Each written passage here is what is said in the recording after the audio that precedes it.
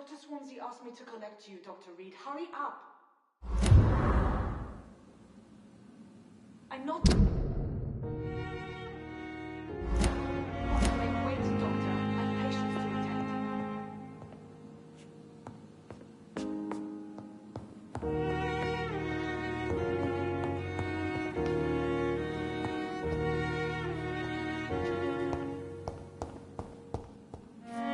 Come on, I don't have a mind.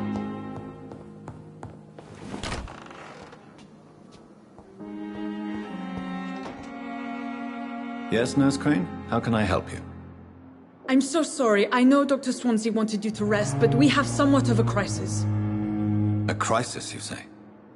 Our supply of antiseptics is nearly depleted. I was hoping there was another box up here, but...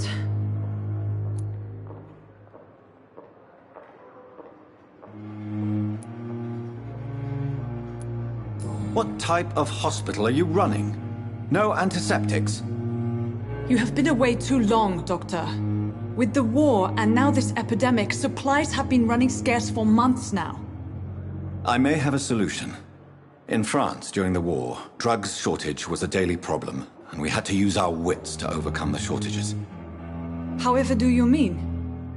If combined correctly, certain household chemical products can be used in a pinch instead. Now, where's the hospital storeroom? The storeroom? Fat chance. This is the Pembroke, and space is luxury we don't have. Everything used to be stored in the old morgue. Perhaps I should look there first. Where is this morgue? It's the large building behind the hospital. You'll need to go in the back door because it's been sealed off for sanitary reasons. Take this key. It opens a small back entrance at the end of a narrow street. The abandoned morgue behind the hospital. A small door at the end of a narrow street. On my way then. Thank you, nurse. Yes, Doctor? Exactly how bad is the supply situation here at Pembroke? It really depends. Dr. Swansea deftly works his society contacts for monies, but with the quarantine, well, we're in God's hands. Please, could you point me in the direction of the morgue again? It's the large boarded-up building behind the hospital. You can't miss it. The key I gave you will open the small back door to it. Why then do you always work the nights? Don't you ever sleep? At the Pembroke, we're always hands on deck.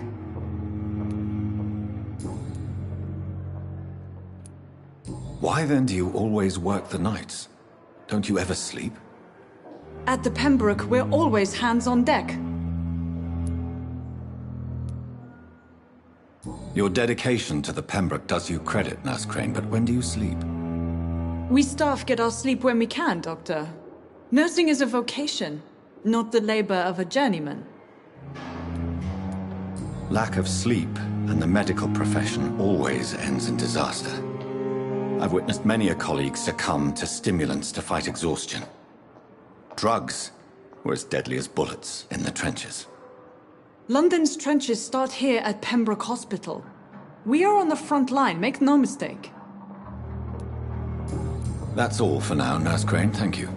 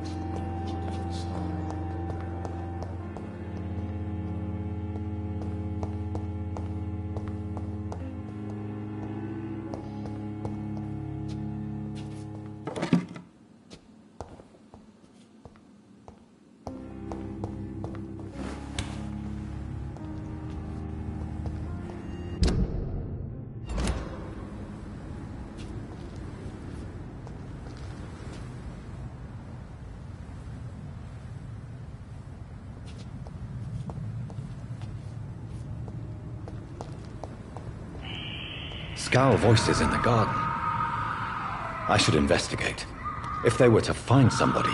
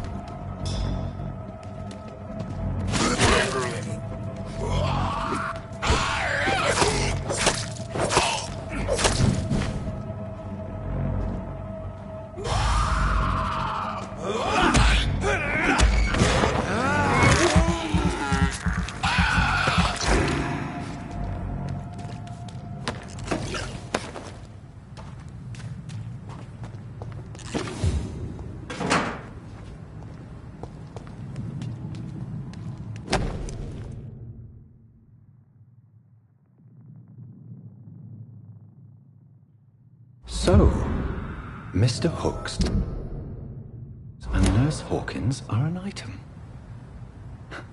Those two have hidden their affections well.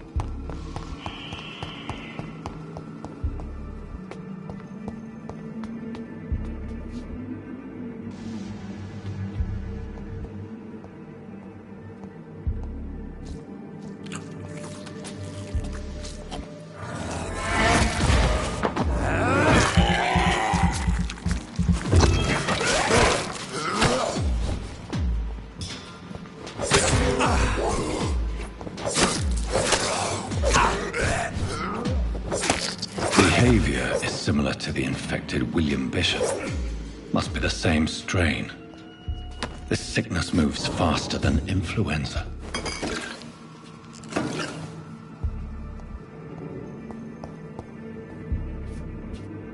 It's locked, all right.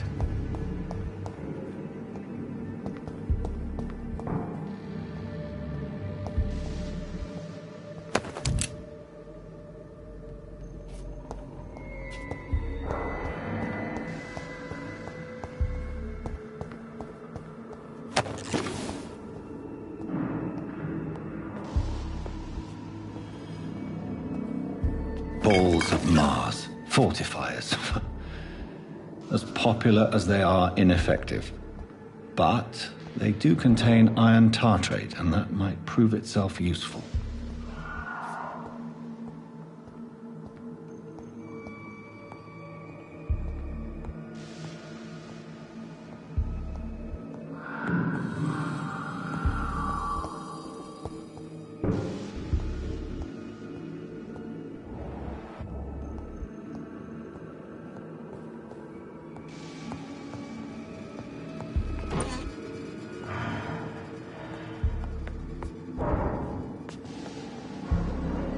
This key will surely grant me access to the basement.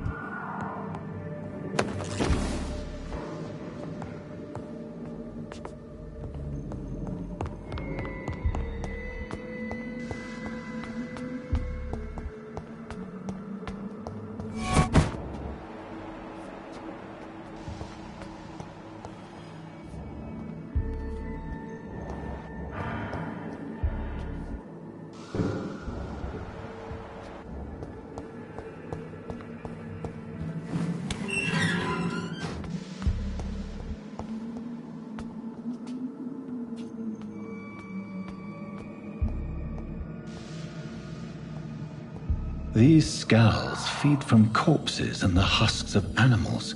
They're not after that.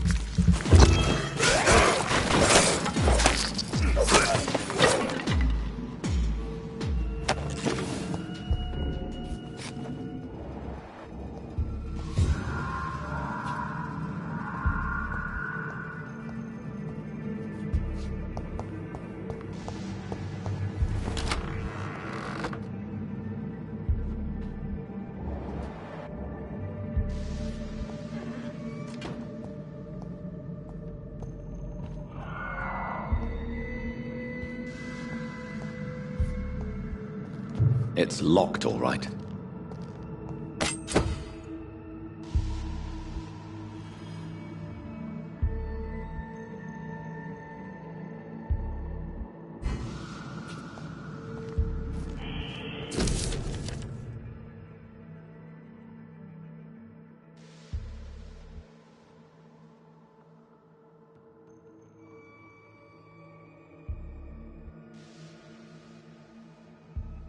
Mr. Connor's injuries don't match the report. I'd better look into them.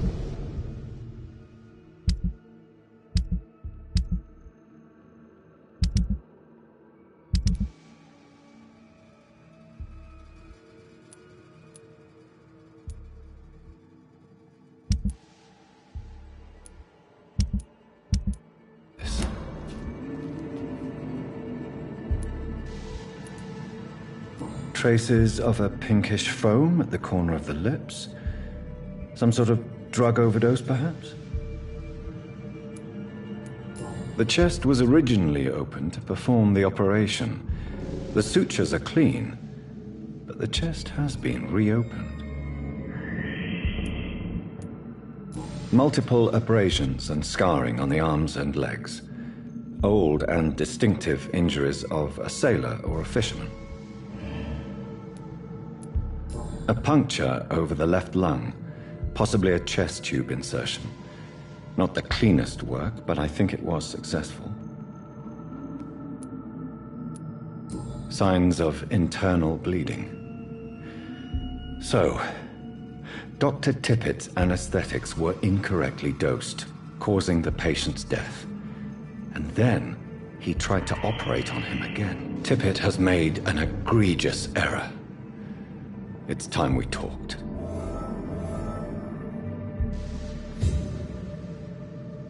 Tippett has made an egregious error. It's time we talked.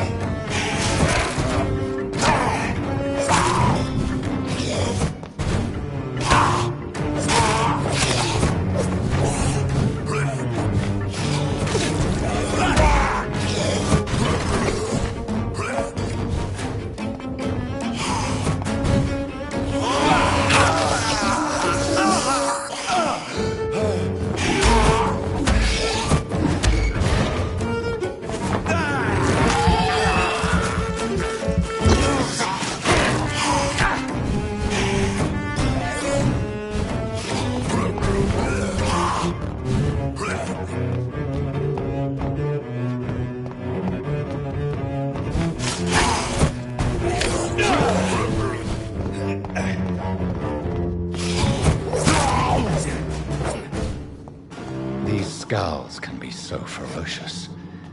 I'm not sure I can defeat them without becoming stronger. To drink blood is so tempting.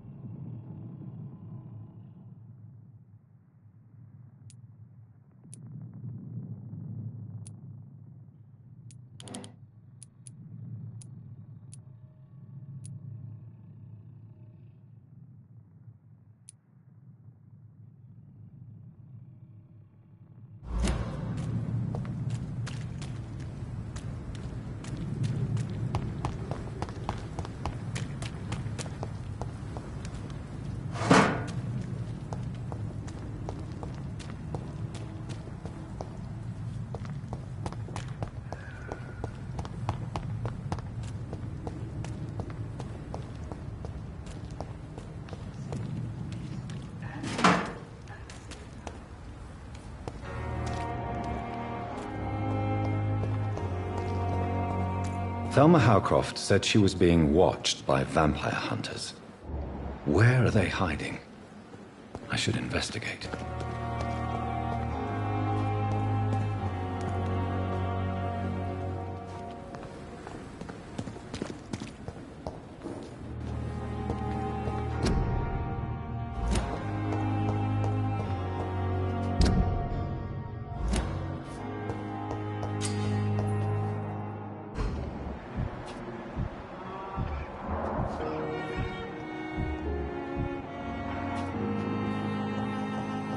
My sweet girl. Reads me like a book. Never could keep anything from her. Finally, you've returned, Doctor. Did you find anything of value? Yes, nurse. You've worked your first miracle, Doctor. Now, this patient here needs immediate treatment. Duty calls. When the storm has passed, I'll show you how to mix the remedy yourself with the same basic ingredients. Many thanks, Doctor. When you've finished, you ought to report to Dr. Swansea in his office. He's been looking for you. Seemed pressing.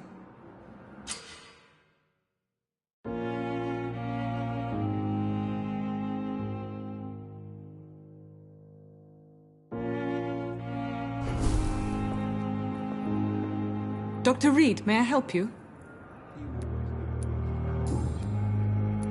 What can you tell me about the epidemic, Nurse Crane? I've been out of touch since I've come back to England. Everyday folk don't know how bad it is. The papers certainly won't tell them. Not as long as the war is raging on, anyway. News on the front stated that the Spanish flu was under control, at least in Britain. It seemed to be for a while, but that was only last summer. It returned with a vengeance just over a month ago. What can you tell me about our patients here at Pembroke? This hospital was founded to help the East End poor and needy. But since the war and the quarantine, we've had all manner of folk. Can you be more specific? Well, veterans, the elderly, dock workers.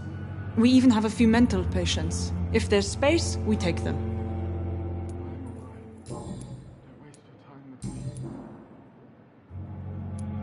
For how long have you been working here, Nurse Crane? I first volunteered at the Pembroke in 1911, a few months after Dr. Swansea was appointed. And before you arrived here? If you must know, this was my first job. Well, Dr. Swansea certainly has confidence in your abilities. Are you in charge of the nursing staff? Not in an official capacity, but the Pembroke doesn't always work above board, so to speak. What about medical protocols? Dr. Reed, we don't have the money and resources here at the Pembroke like they do in the West End. We do what we can. How is the duty roster organized? Everybody works until they can't. If there's time, they'll eat a meal and shed a silent tear. I'll see you later, Nurse Crane.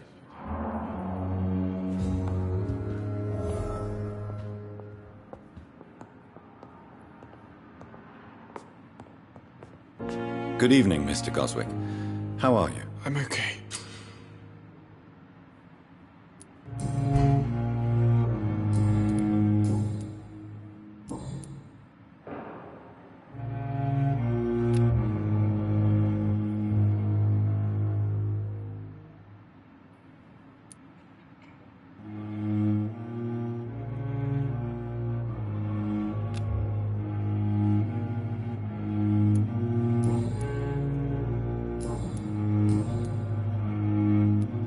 How painful is your throat, Mr. Goswick? So painful I'd rather not talk at all, Doctor.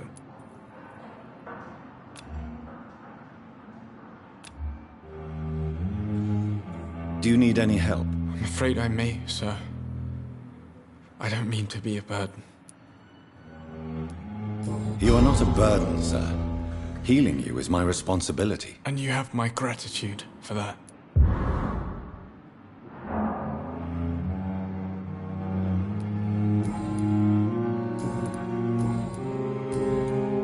I have to go now, sir. But don't hesitate to contact me if you need any help. Good evening, sir. Doctor.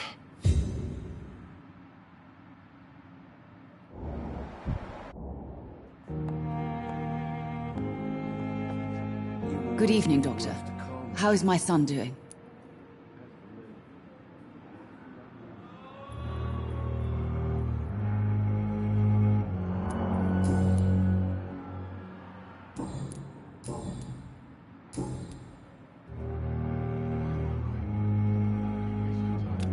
Goodbye, Mrs. Goswick.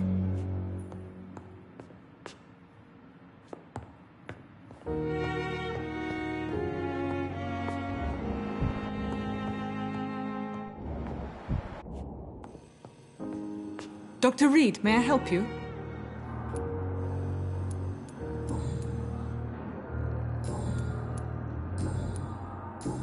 I'll see you later, Nurse Crane.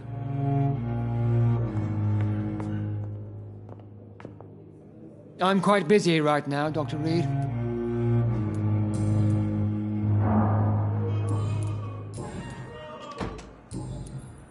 Thank you for your time. We'll talk later. As for me,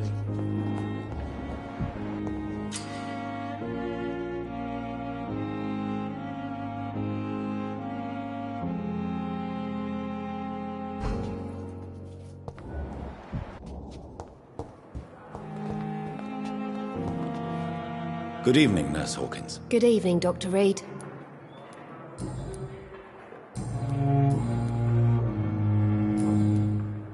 Goodbye, Nurse Hawkins.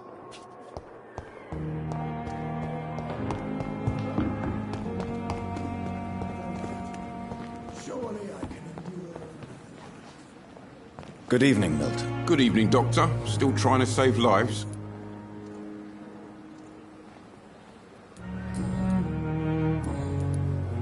I have some good news, Milton. What? The epidemic's over? I retrieved your wallet with all the money and a certain picture. Well, yeah, Pippa Hawkins is my girl. So what? Is it the difference of skin colour that bothers you? Not at all, Milton. Good. Please, take this money anyway. To remind you to keep your mouth shut. Not everybody is as broad-minded as you, Dr. Reed.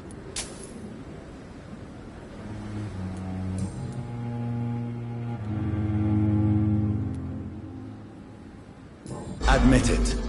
Nurse Hawkins is more than your lover. She's also your partner in crime. Of course she is.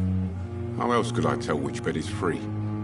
I need to know that. Have you no shame? Don't you see this city is crumbling down? Today, people are ready to pay to get a hospital bed. Tomorrow, we may be fighting for food. What's going on between you and Nurse Hawkins? Pippa's tired. Tired of all this shit. Tired of all those corpses piling up. She's as depressed as I am.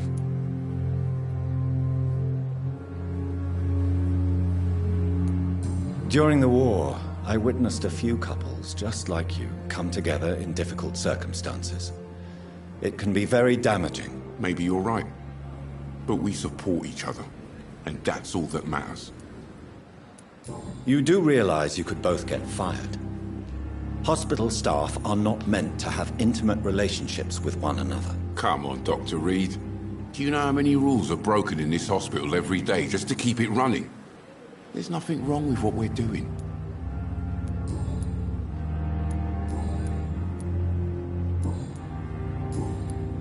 Goodbye, Milton.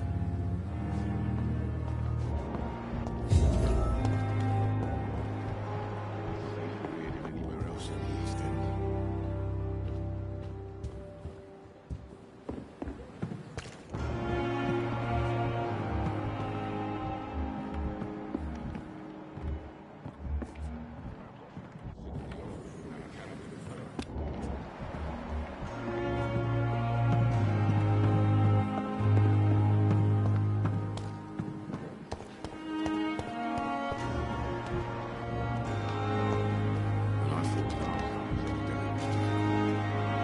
Good evening, Dr. Tibbets. Dr. Reed, any good news to share? Corcoran, I want you to tell me about Mr. Connor. How did he die? What happened? He was my patient. He died because of my mistake. That's the blunt truth.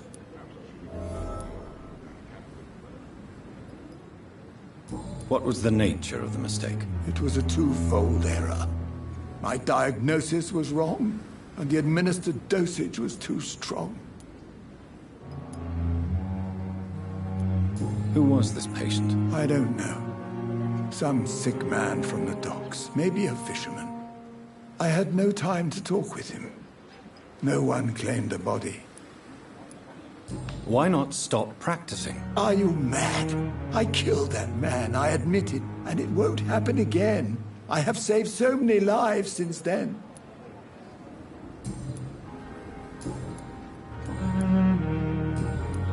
Goodbye, Dr. Tippett.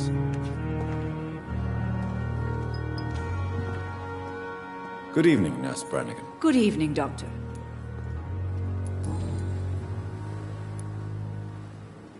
Tell me what Dr. Tippett did.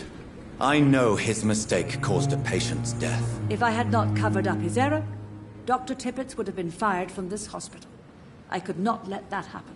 You can't allow your emotions to dictate your conduct concerning patients, Nurse Brannigan. Look around you, Dr. Reed.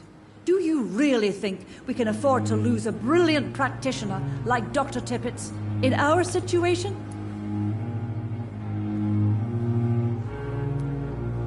I can't say I approve of what you did.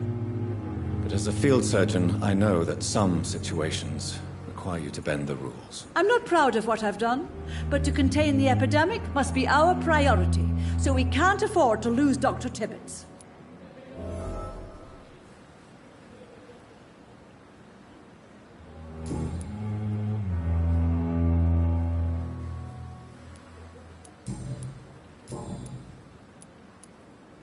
I've decided that I won't reveal Dr. Tippett's, shall we say, misdemeanor. I'm so glad you share my point of view. Dr. Tippett is a brilliant practitioner. We most definitely need his know-how. I hope you're right. This is a huge risk we're taking. Dr. Tippett must regain his confidence. Please, keep this decision between you and me. He doesn't need to know you found out.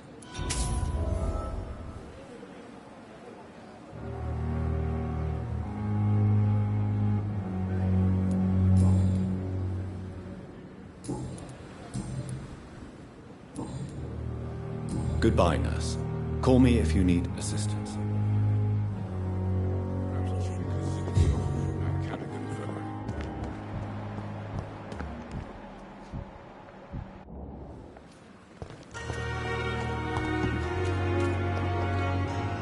Good evening, Mr. Cox. Dr. Reed. Still working at night, I see. I like that. And why is that? People who don't sleep at night always seem more alive to me. More interesting, one way or another. Do you ever think about that poor fellow I saw you push in the water? The wound he gave me will make sure I don't forget him. Still fucking hurts. Boss had cut me good. That man was determined to murder you. You almost died. What a surprise. The first time I met him, he nearly shit himself. Fucking coward. I guess revenge gives you balls. What did he want? Revenge? I recently had to kill his brother. Poor arsehole thought it would be easy to return the favour.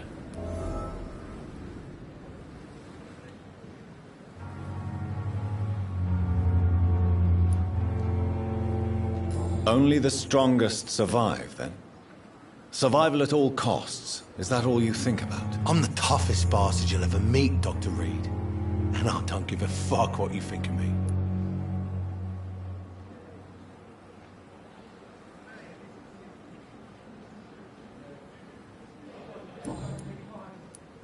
How is your hospitalization going, Mr. Cox? This is a shitty place with shitty staff. But as long as I'm treated all right, I'll be fine.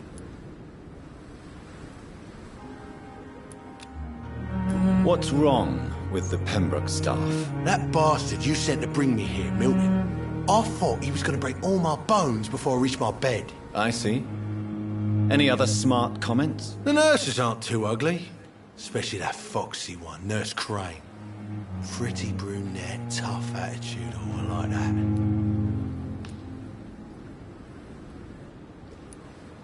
What's wrong with the hospital? Come on, Dr. Reed. The place is a dump. Smelly, sad, and dirty. But you're alive thanks to the efforts and dedication of the staff here, aren't you? What are you expecting, a medal? I thought that saving lives was just part of the job. Must be an unsatisfactory profession at this time, I'm sure.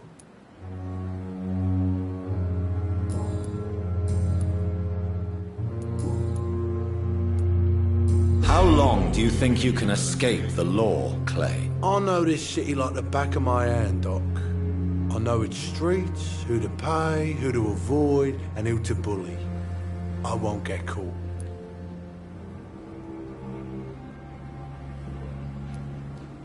We can't escape the consequences of our actions. The past catches up with us in the end. I ain't afraid of death. I don't hide who I am. I live my life honestly, which is more than I could say for most folks. And who are you, then? I'm the leader of the Wet Boot Boys. One day, I'll leave this shitty place and punch in the face all who thought I would not come back.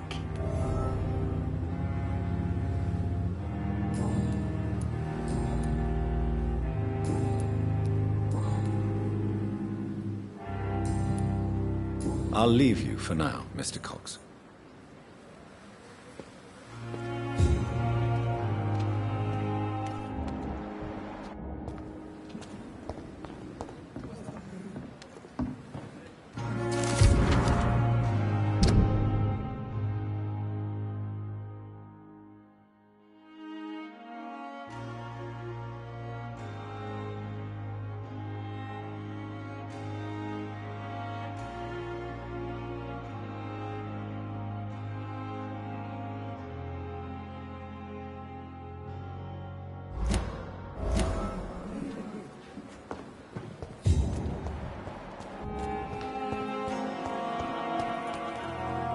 Please, sir. I need help bad. What's going on? I'm Blight, sir. Newton Blight. I've lost my mate. Can't find him anywhere. I'm Dr. Jonathan Reed from the Pembroke Hospital. Please, calm down and give me more details. Oswald and myself were both infantry, sir. We were en route for the hospital, but... well, we had a disagreement. And Oswald ran off towards the canal. How long have you been searching for him? I can't go there. Too many rats by the water. Fucking rats.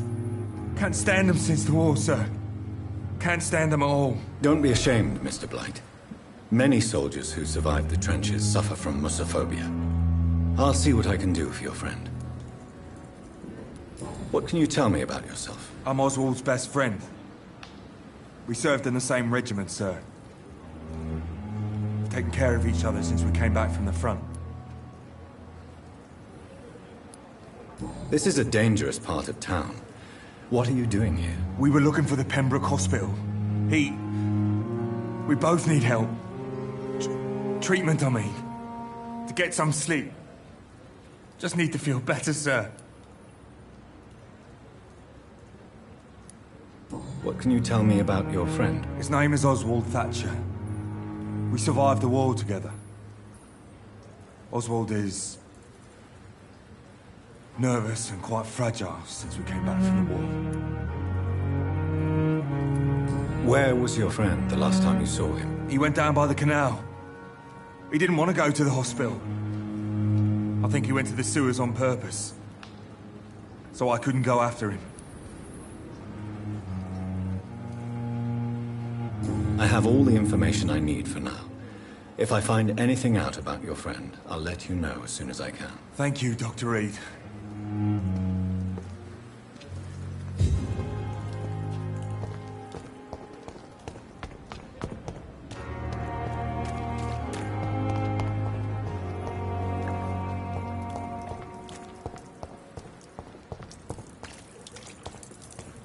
I cannot enter.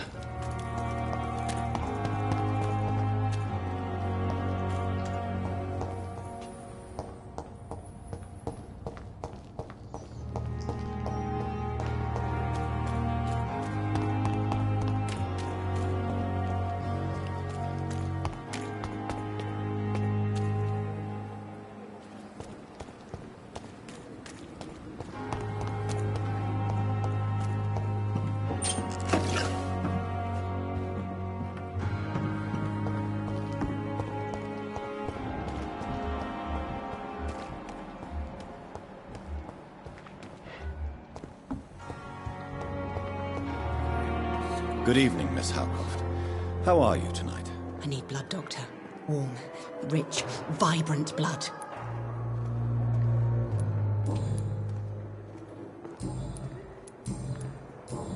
I'll leave you, Mistress of the Dark, to your nocturnal activities.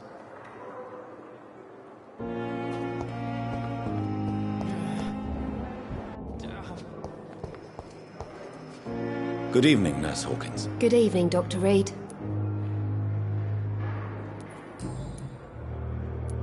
Pepper, I know you're very close to Milton Hooks. Yes? Milton Hooks is my man. If you want to report me for that, just feel free, Doctor. I have no intention of reporting you, Nurse Hawkins, but are you aware of the risks? The rules say I won't be allowed to work as a nurse anymore. But here at the Pembroke, we break rules all the time. Is he worth the risk? Hey, I'm no perfect woman, and Milton is not the finest bloke, but we do our best to get by. That's all any of us can hope for nowadays.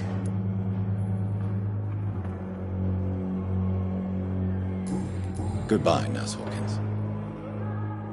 Good evening, Nurse Hawkins. Good evening, Dr. Reed.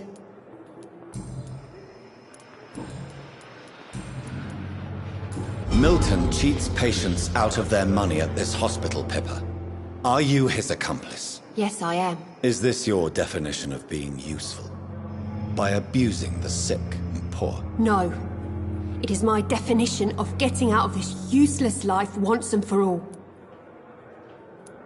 Why do you do it? Why not? Most of the sick who paid for a bed are already dead, or will be soon. Don't you see the futility of all this?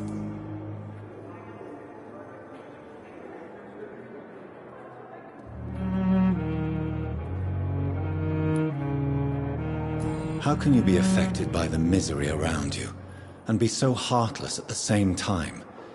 Which is the real you, Nurse Hawkins? I could ask you the same question, Dr. Reed.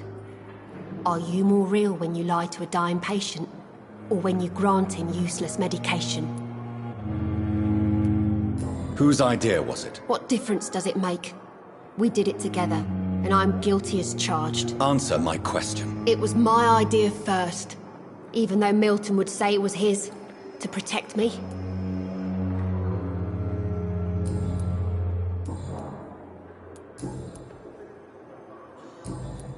Goodbye, Nurse Hawkins.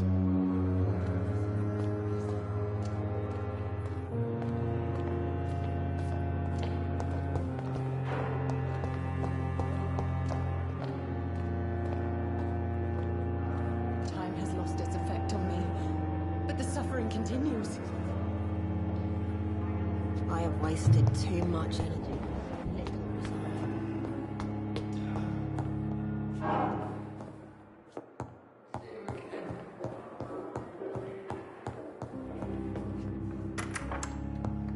Please, Jonathan, come in.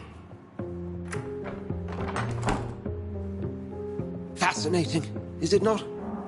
In the last decade, so many mysteries have been brought to light with our microscopes. The human body, biology's penultimate frontier. The more we explore its boundaries, the less we're able to trace a clear line between life and death. You, my friend, have a foot in both countries. The view must be vertiginous. It's at least as vertiginous as chatting about vampires with you, I would say. This must be all so new to you. This area of town, the hospital, a brand new life. How stimulating it must be. I wish I could share your enthusiasm, Dr. Swansea, but my condition defies scientific categorization. Undead? Unalive? Immortality defies logic. I cannot express my thrill at this serendipitous turn of events. The world's most eminent specialist in blood transfusions, a vampire. One might say a gift from heaven.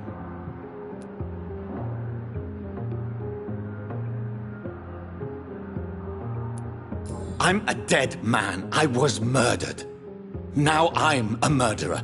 Tell me how this is a gift. Forgive me. I've been an admirer of your work for a long time, and now you are so much more than a brilliant physician. And please, Call me Edgar.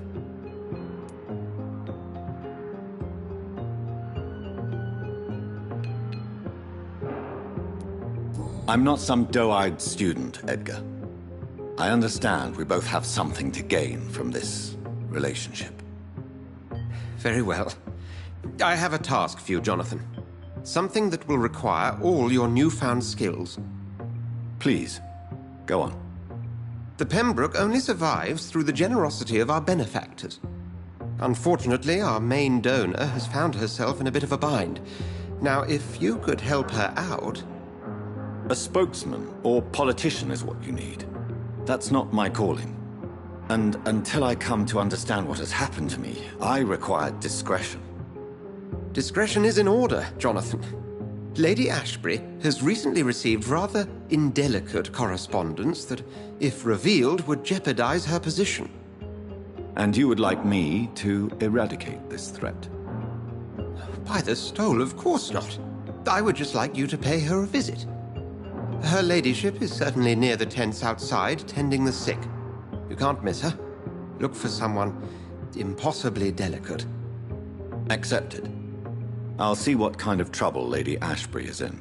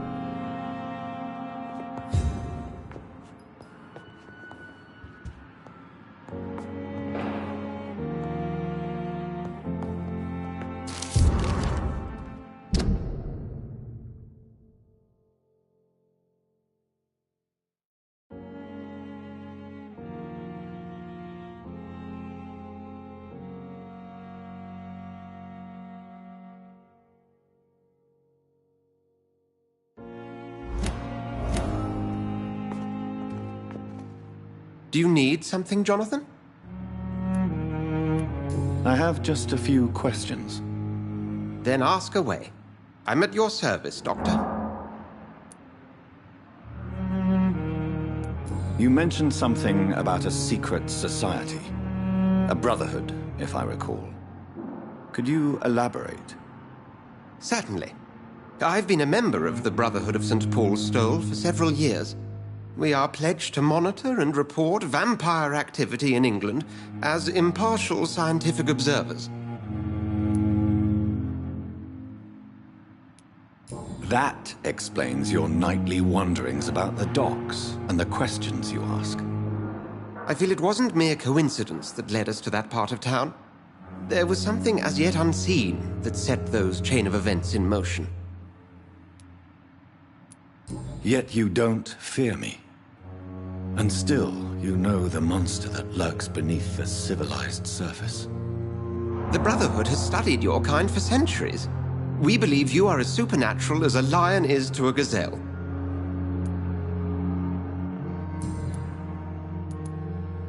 Since I'm the one working for you, what should I know about Pembroke Hospital? Well, for many years, we have been the only medical facility in this part of town that people can rely on. We support the community here, as well as provide health care. Where do we stand today?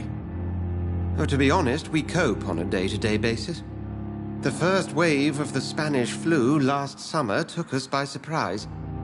We lack many of the basic necessities needed. What do you expect of me? What we need is hope. You were a soldier. This is a war. This white coat's still a uniform. We fight to help the poor, the sick of the East End, the forgotten.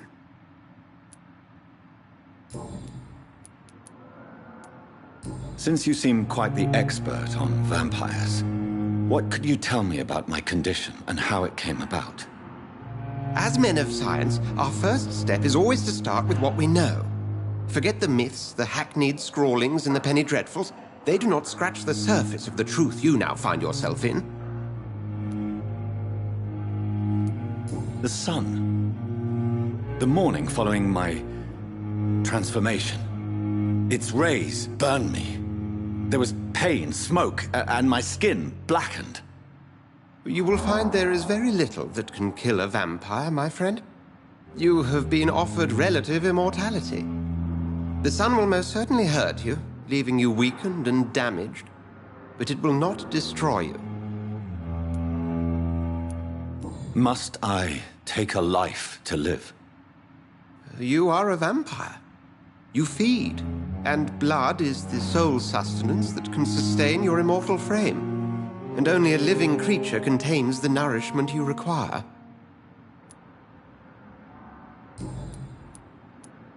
The man we pursued and slew in the canning factory, William Bishop, I believe, was he a vampire? He was a Skald, technically speaking. The debate rages as to their classification. Some think them a subspecies of vampire, others something else. How do Skalds come into existence? The name means slave. The etymology may indicate that they are a lesser species of vampire. From what I know, vampires tend to despise them. Just for clarity, what differences are there between myself and a Skald? A Skald is easier to eliminate, Jonathan, even if they remain formidable foes for the unprepared. Vampires... Now, vampires exist beyond the mortal realm.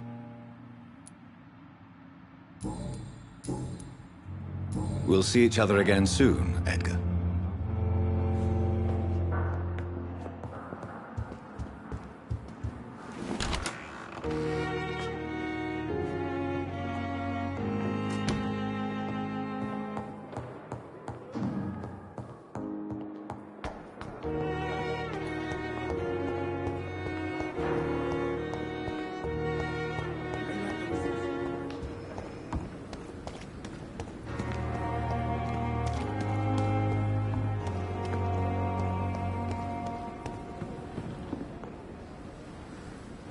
The flu took my dear wife, Emily. I take comfort knowing we'll soon be together again. Mr. Rainfield, that's no way to talk. You're in good hands here, and we'll be up again soon enough.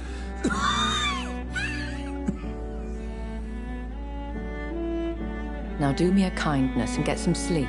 I'll be back round later. Your words are kind, the blessings of an angel. You're the sweet, sweet Lady of Mercy.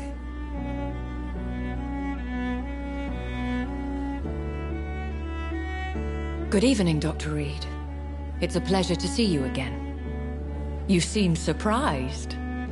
Dr. Swansea has brought me up to speed concerning your recent appointment to Pembroke Hospital. You're a the lady who saved me that night, before vanishing into thin air. I remember you from the pub with Dr. Swansea. Indeed. Allow me to introduce myself formally this time. My name is Lady Ashbury. I remember you well, in spite of the brevity of our encounter.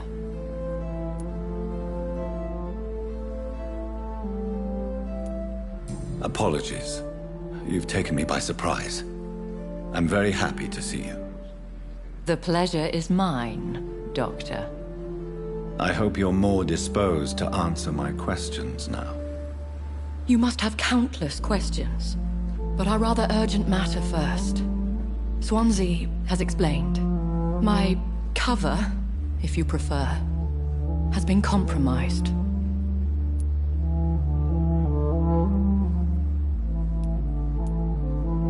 Have any of the patients given you trouble? These poor souls have so little left to live for. I do my best to ease their pain. The world would be a better place if it were cared for by women like you. You make me blush. I am simply a necessary evil. Pardon my boldness, Your Ladyship, but I have questions concerning this condition we share. As a newborn, your hunger for answers is rivaled only by your thirst for blood. But the questions need wait. I'm a scientist. My trade is in the deciphering of mysteries, and I need information to feed my mind. I will gladly answer every question you have, but first, prove yourself capable of resolving my predicament without eating the culprit. Dr. Swansea has commissioned me to be your agent in this matter. You could start by explaining what's amiss. These past insufferable weeks, I've been the victim of extortion. I've made a first payment, but the blackmailer grows greedy. I must refuse his most recent demands.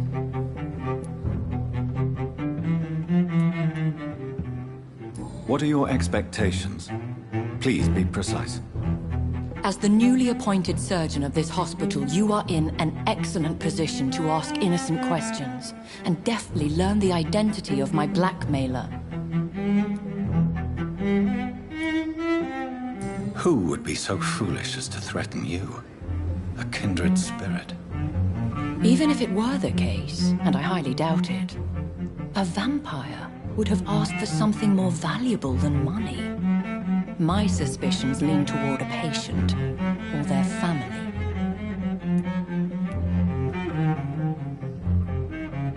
If we're dealing with an ordinary criminal, surely you've the means to deal with it yourself, if I may. As immortal tradition doth dictate, all fangs and hypnotic eyes ablaze, the blood would run like a river. That's what I hope to avoid. Violence has a tendency to spiral out of control. Please continue. Every detail is essential. I'm your man. My embarrassment in this matter is eclipsed only by my shame at having put the hospital at risk. The threat from our anonymous scoundrel is clear. A list of dates. My visits coinciding with the dates of suspicious patient deaths due to massive blood loss.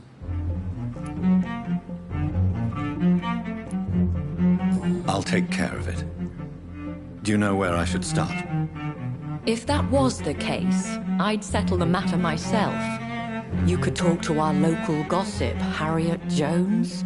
Not a pin drops here without her hearing about it. I'll meet that woman now.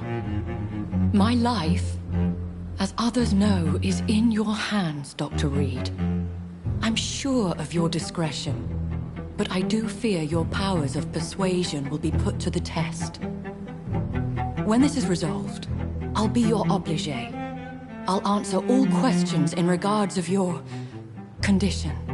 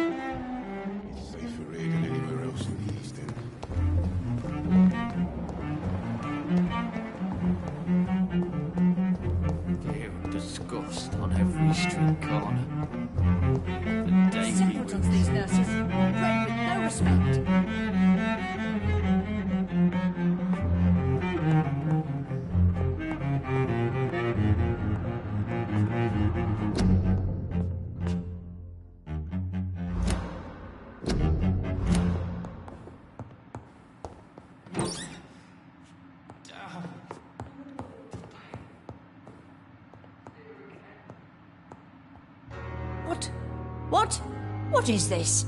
Who are you? Get out of my room. There's no need for alarm, madam. I'm Dr. Reed, the new surgeon. Preposterous. Dr. Reed, you say? I don't want some bumbling intern. Where's Dr. Swansea? Please, calm down, madam. I assure you that I am highly qualified. I'm just back from war duty. How brave. Threatening an old defenseless woman. You know how long I've been a patient here? You've picked the wrong fight. I'm Harriet Jones. Harriet Jones? Indeed. I've been meaning to have a chat with you. You know what goes on here better than any other patient, I gather. Oh, better than any patient, nurse or doctor. I've seen so many vile undertakings. I heard there have been some despicable goings-on. Was there a case of blackmail? Blackmail? Wait. You're investigating something. This isn't a social call. One of those incompetent cunts slit a poor sod's vein. If I didn't know better, Miss Jones, I'd be inclined to say you enjoy this type of idle gossip. God's honest truth, Doctor. It's just the way it is here. Most of these bitches would let you freeze to death before getting you a blanket. You seem to know more about the goings-on here than anyone else. Beware, Miss Jones, in case suspicion should fall on you. That's it. Blame the old and infirm. I see those little bitches' greedy little eyes. Just waiting for me to pop off they are. I assure you, madam, this is not an investigation into a possible medical error. Debauchery, then? Nurses Crane, Hawkins, Brannigans, whores, all of them. They can't keep their legs shut. I've seen them scratching slutty sores. Really? Well, if you have irrefutable proof, I'll not have the staff behaving in such a manner here. This is your business, Doctor, not mine. But I swear one of the nurses is cavorting with some man on hospital hours. Thank you for your time, Miss Jones. You've given me something to go on. See you on the next round.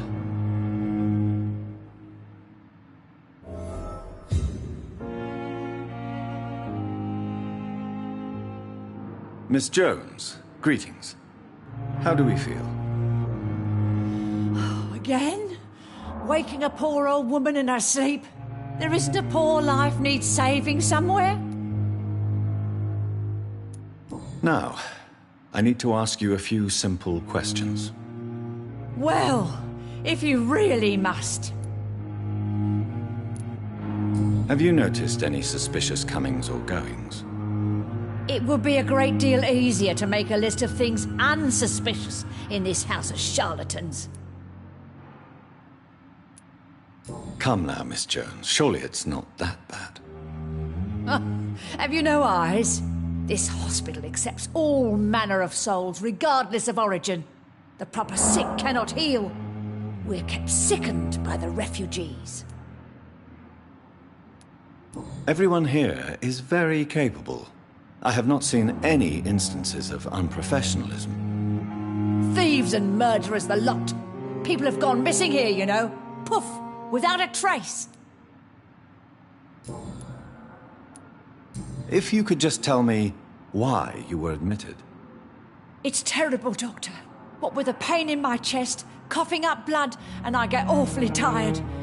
Wouldn't be so bad if I hadn't lost my house and all. I see. No one comes to visit, you know. Not even my own flesh and blood. I'll come and visit you shortly. Good night, Miss Jones.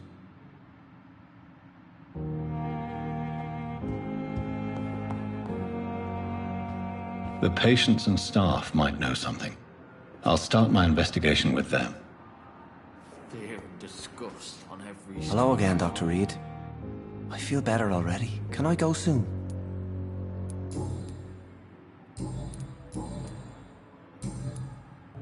Goodbye, Mr. Hampton. We'll talk again later.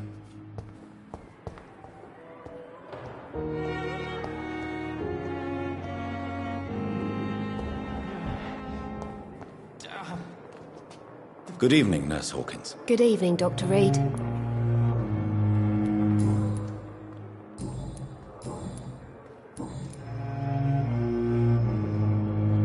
What can you tell me about the strange man visiting one of the nurses during her shift? Let me guess.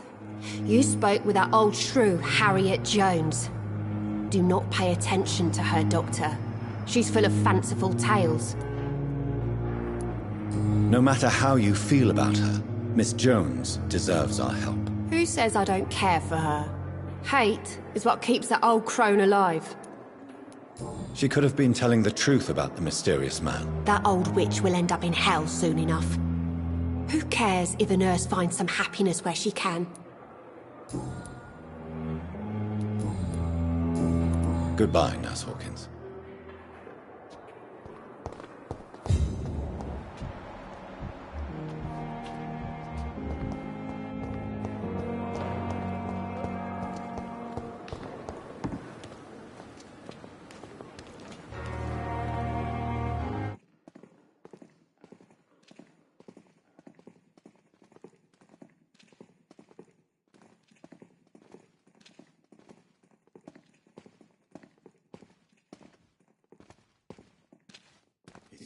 Good evening, Nurse Hawkins. Good evening, Dr. Reed. Goodbye, Nurse Hawkins.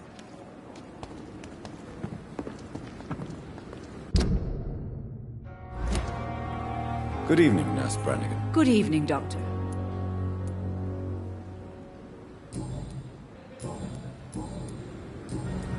Do you know if any of the hospital staff have criminal backgrounds? The people who work here all come from very different backgrounds, Doctor. Just like the patients. Have you seen a strange man visiting any of the nurses here? I've never heard of such a thing, Doctor.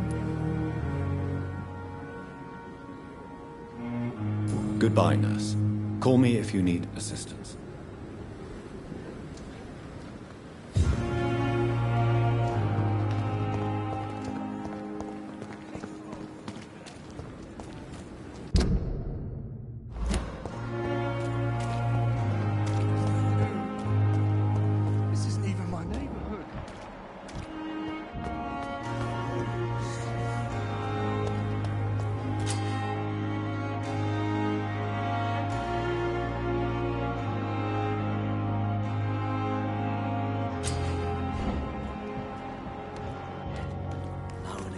Relax.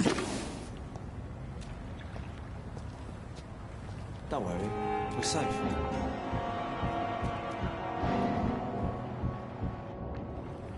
You're sure you don't come back with me? Nah, I have to see someone at the hospital. Be careful. You look so bad they may keep you as a patient. Fuck 'em. I don't like hospitals, or doctors. Well then, when you go back to Whitechapel, you may find this useful. What is it? A pass for a free medical exam by the best nurse available. Just read it. I don't read well, but thank you, I guess.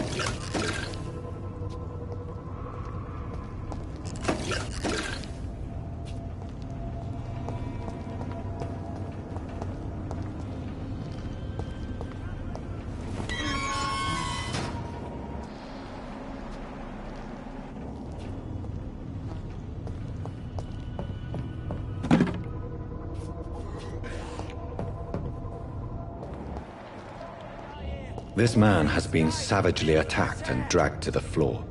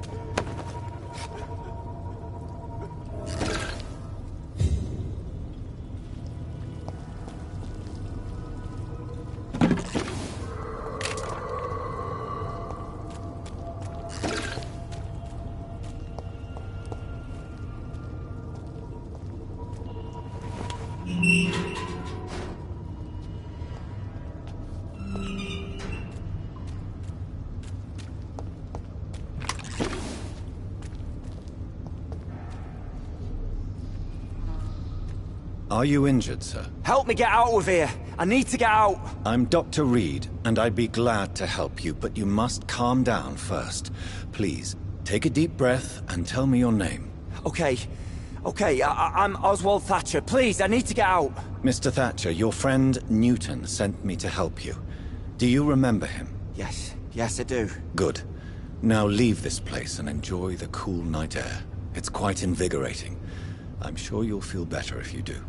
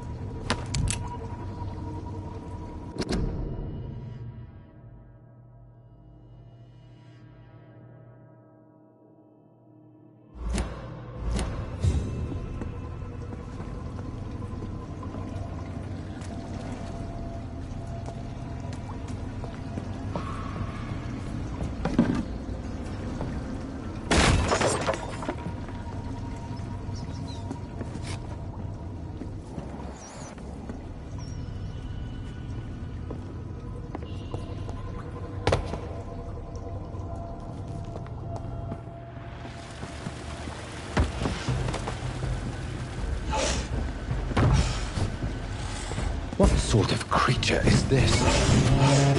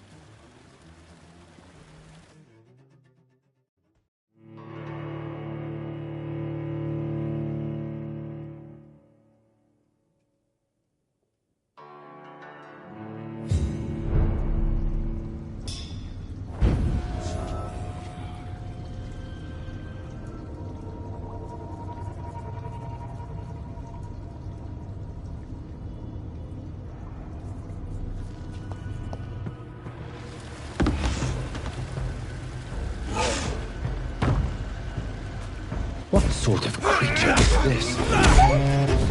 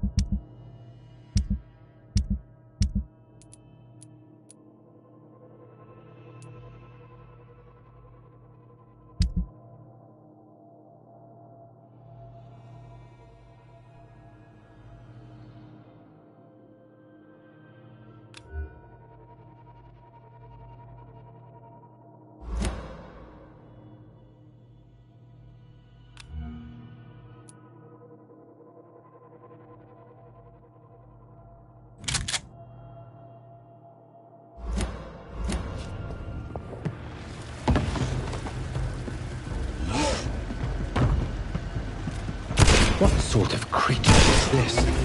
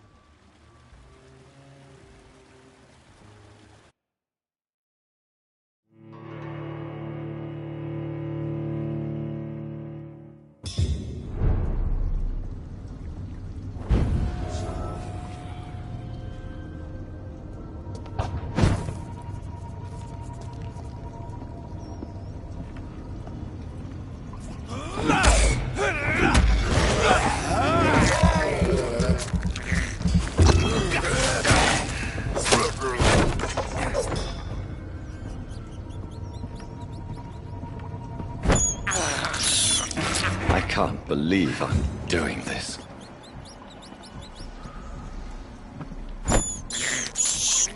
I have this thirst for blood.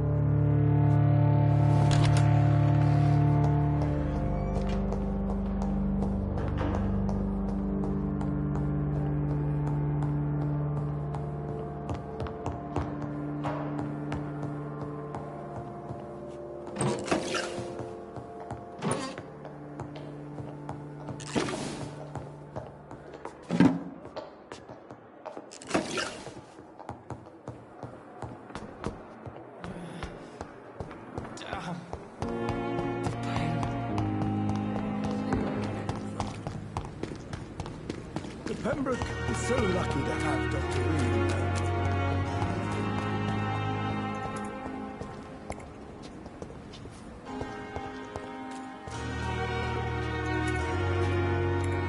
Hello again, Mr. Blight. I'm happy to see Mr. Thatcher is safe, for now. I'm eternally grateful, Doctor. We were total strangers and you helped us anyway. Can't thank you enough, sir. Why do you stay here now that Mr. Thatcher's back? It's complicated. Since the war, Oswald's been really nervous with the idea of entering any hospital. And me, I've got my own issues. Can you speak about them? Rats, sir. Even seeing one, they turn me. Just want to run. It's that fear that stopped me from going after Oswald when he left. What can you tell me about the war, Mr. Blight? If you want to speak about it, of course. War was... well, you know, sir. The stench of death everywhere. Your mates lying bleeding in the mud. Just praying to make it through and get home. Bloody nightmare. Did you know Oswald Thatcher before the war? No. We met in the battlefield. I think we're in the same boat to France. We've stuck together ever since. I fought in France, too. I served as a field surgeon. But it was not uncommon to repel an assault, especially at night. Yeah. The first time I was wounded, I had to protect the infirmary from hostiles. Twice. You are always welcome at the Pembroke Hospital. As a former officer, I'll be honored to welcome a fellow veteran. I'm not giving up on bringing Oswald back to the hospital. I just need to convince him that he needs some help. Perhaps he needs to reach that decision by himself. Could you speak to him? He doesn't usually listen to doctors, but perhaps because you've been through it, you can talk him round. What caused your phobia of rats, Newton? It happened last year following an artillery attack. I was trapped for 2 days in a hole under 2 dead soldiers. And there were rats. Go on. They started eating me as soon as I dozed. Gnawing at my ears, my fingers, lips. I couldn't move. Couldn't call for help. I see. No, you don't. You have no idea what it is to wake up buried under bodies. Fucking vermin eating your flesh. Oswald. He found me and saved me. Goodbye, Mr. Blight. Take care of yourself.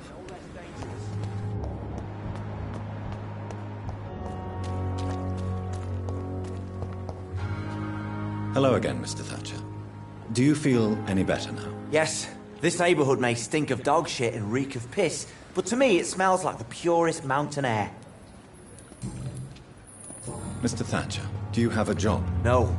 Since I came back from the war, I spent most of my time and energy just trying to forget. I understand what you mean. I was a soldier too. No. Nobody can truly understand what I've gone through. Why were you locked in that sewer? What happened? I went by the canal after an argument with a friend. Got chased by these fucking wankers and had to barricade myself in, despite my claustrophobia. Why did you run? What was the reason for your argument? Newton wanted me to go to a hospital, but I can't stand being closed in. Makes me feel like I'm suffocating. Tell me about your claustrophobia. Has anyone given you an official diagnosis? That's what the bloody doctor said. But I don't want to go to a hospital to get checked again. I'll deal with it my own way. Oswald, why did you not go to the Pembroke Hospital to seek medical help? I don't trust doctors. All they care about was their careers and processes. I won't be locked in any room again by anyone. Your fear of being trapped is not going to go away by itself. You need professional help. I've seen enough butchers in white coats to last a lifetime. Hospitals reek of chemicals and death.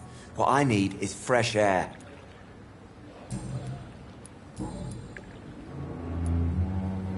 Do you want to talk about why you have this fear of being enclosed, Mr. Thatcher? No, I really don't. An irrational fear like yours is usually rooted in a specific event. Perhaps it would help to talk about it. Well, Doctor, take a guess then, if you're so interested in my case.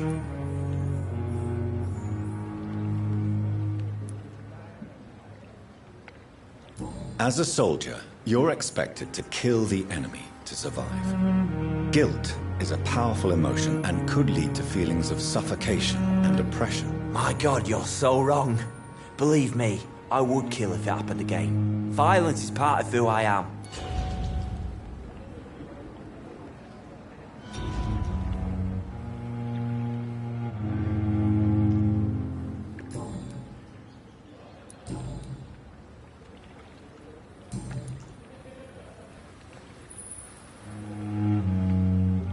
Goodbye, Mr. Thatcher. Try to take care of yourself.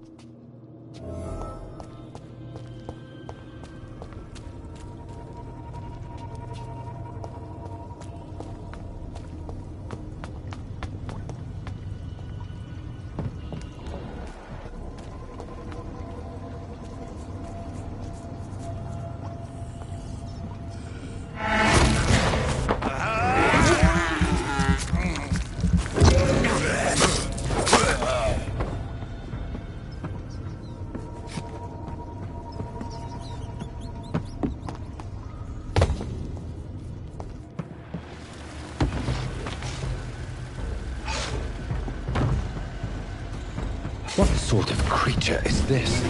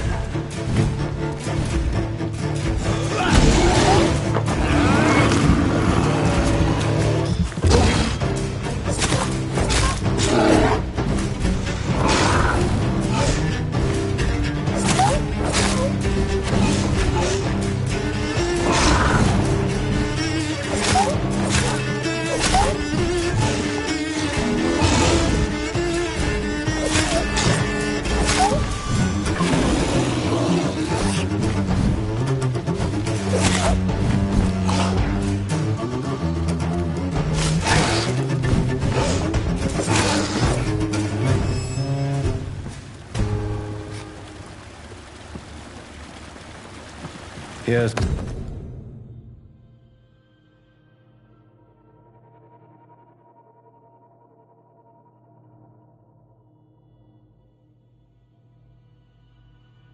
some voucher for a free checkup in Whitechapel. What is Nurse Crane up to? I really must find her.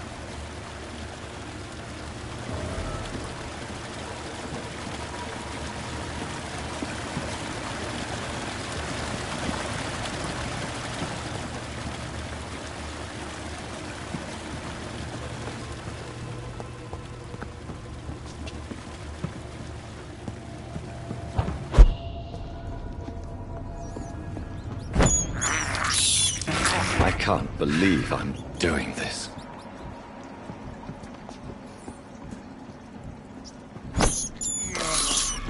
This is despicable.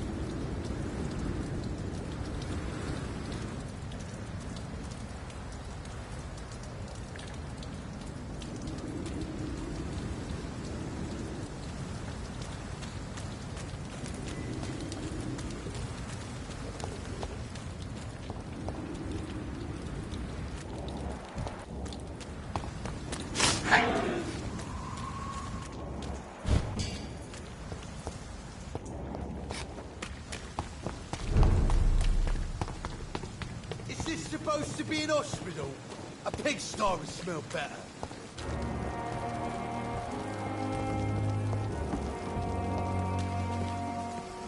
Good evening, Nurse Brannigan. Good evening, Doctor. Goodbye, Nurse. Call me if you need assistance.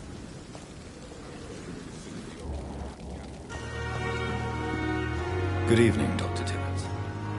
Dr. Reed, any good news to share? Goodbye, Dr. Tibbets. Last thing our patients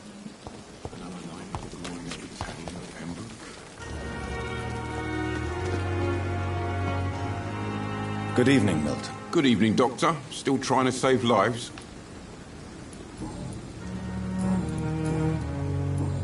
Goodbye, Milton.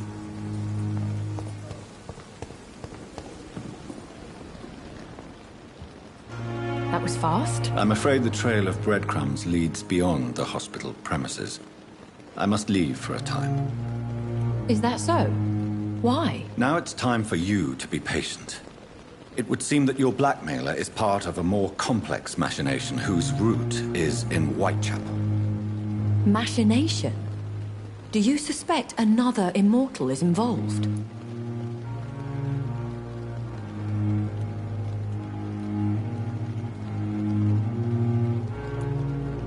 Nothing points to that.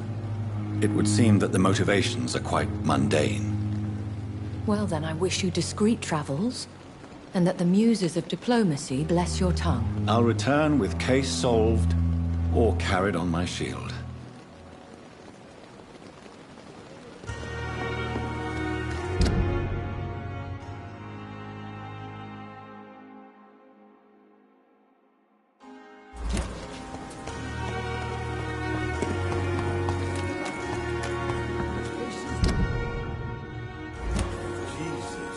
I've never seen so many people large on the same day.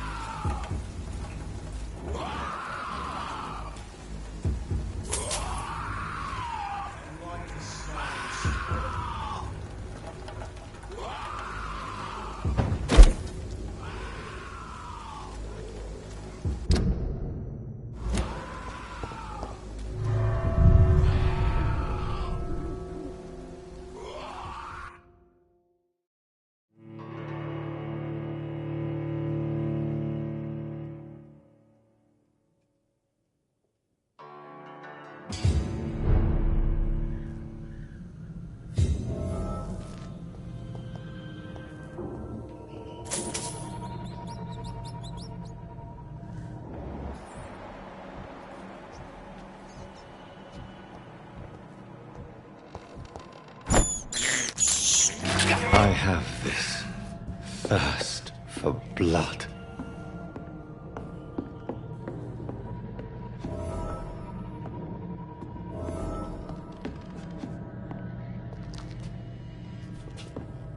It's locked.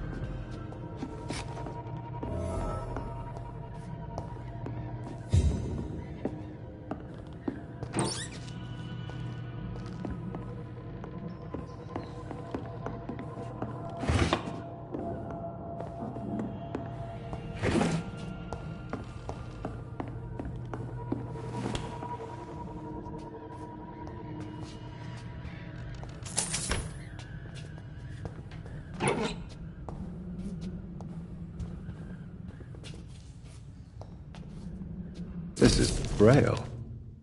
I need someone who can read this.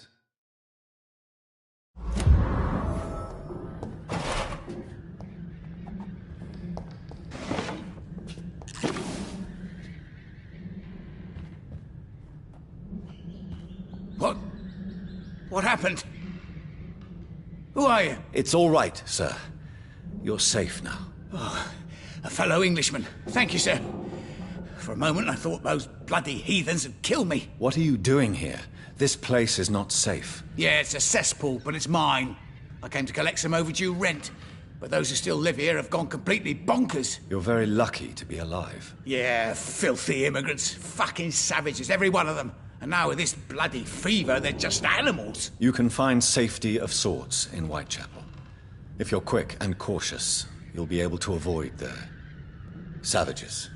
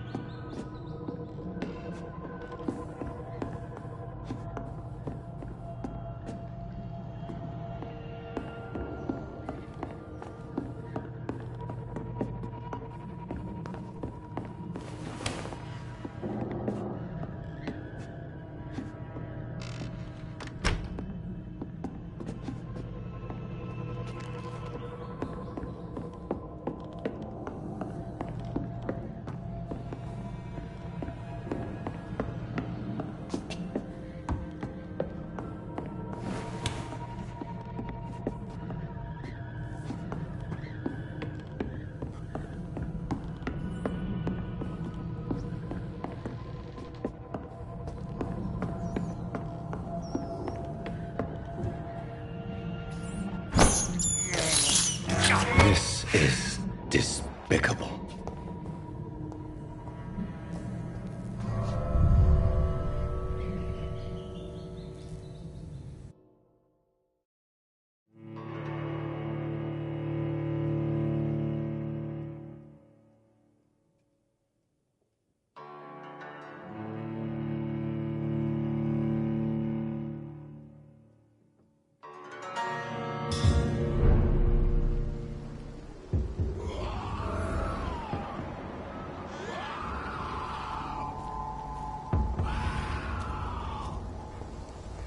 Turn around, sir.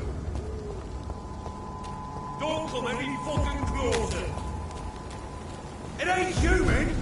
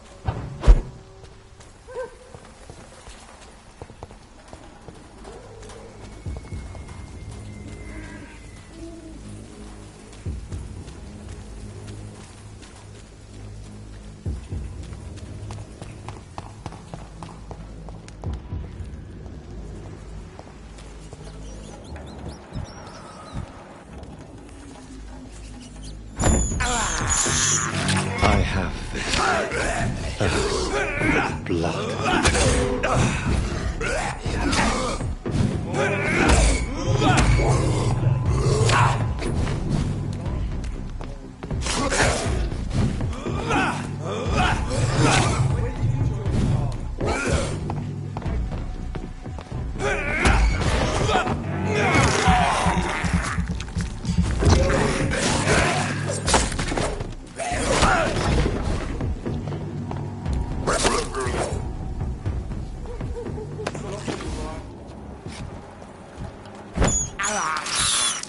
I can't believe I'm doing this.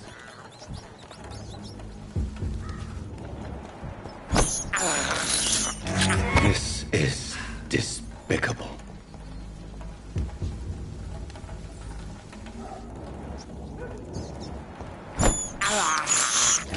I can't believe I'm doing this.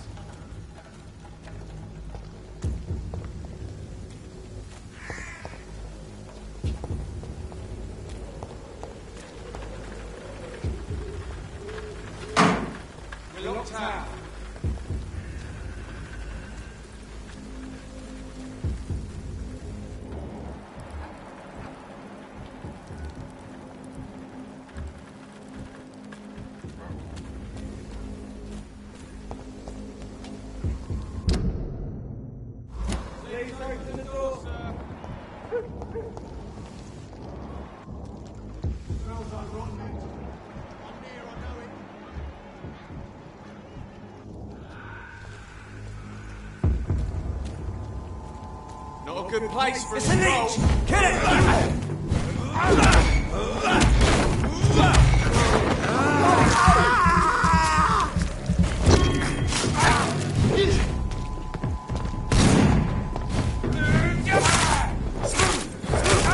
Shit, that leech is fast!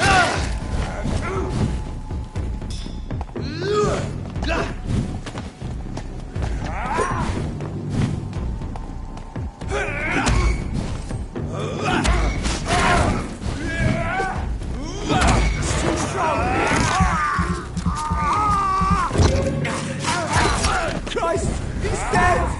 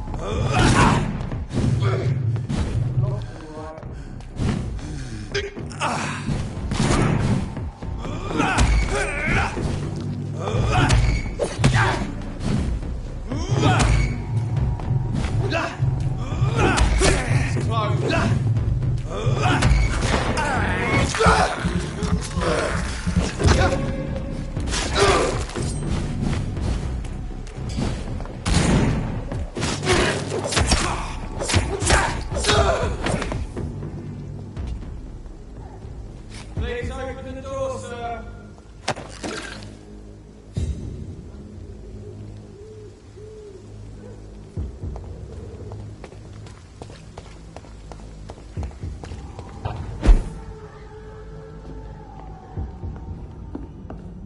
It's locked, all right.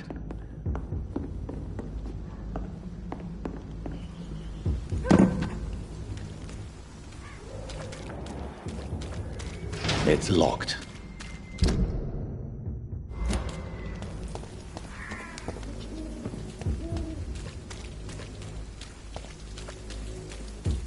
More and more of these bloody leeches every night. Aye. To God.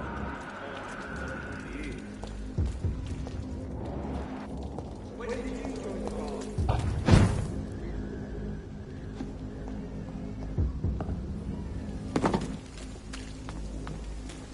More and more of these bloody leeches every night. Aye. The guard recruit more and more every year. When did you join the guard? 2 days ago. This is my first patrol.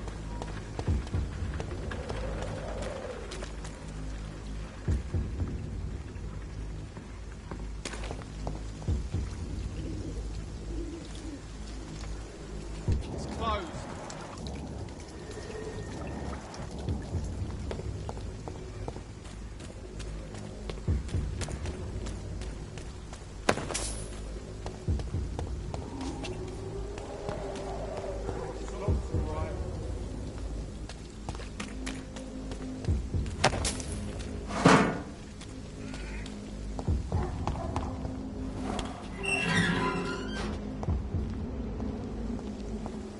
Whitechapel. This neighborhood is linked somehow to the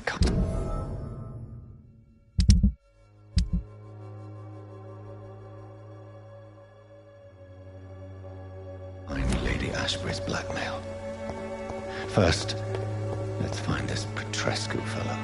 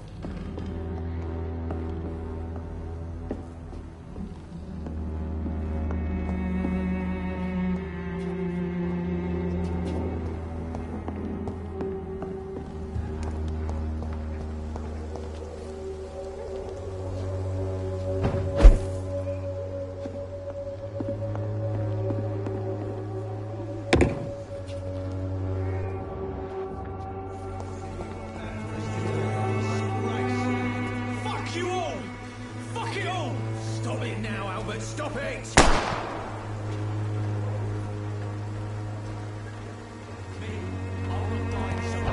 Stinking alley reeking worse than a week-old lavvy. What? Shooting a boy in the middle of the street. Not the best thing to do, wouldn't you say? What? You saw what happened? Who are you? I'm Dr. Reed, and I'd like to ask you a few questions, if you promise me to set your gun aside. No. Look, I'm not a violent man. I'm Benjamin Palmer, doctor. And no one can help me. Not even you.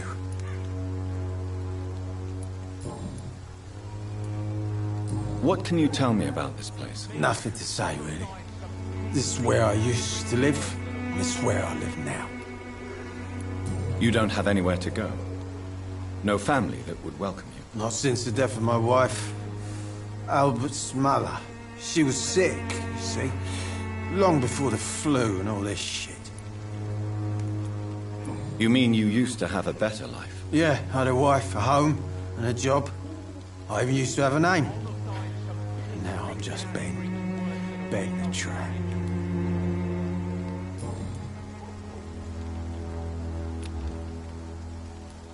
Perhaps you could focus for a moment and tell me your troubles. I'm sick, broke, and my son just stole my pills.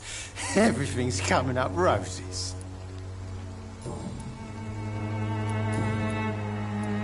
Whatever the boy did, I'm sure he didn't deserve a public execution. I swear I didn't want to hit him. It's just that I'm sick in the head, you see, and the boy just frayed me last nerve. Do you know Nurse Dorothy Crane from the Pembroke Hospital? Have you heard anything? It's funny, I've been searching for her too. I need some pills. But the woman is a phantom, if you ask me. Really? And why is that? Word is she ain't real. She's a cover for some doctor who runs an illegal dispensary for migrants.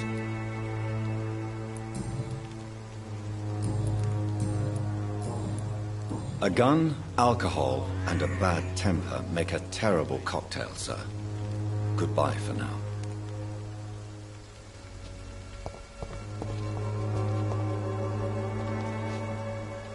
Are you all right? The bastard hit the wall next to me. I don't even know if he meant to miss. If you've been hurt, I can help you. I'm a doctor. Name's Albert. Remember it. Now bugger off. What happened? Did you really steal that man's medication? Hey, I didn't do anything. It ain't me.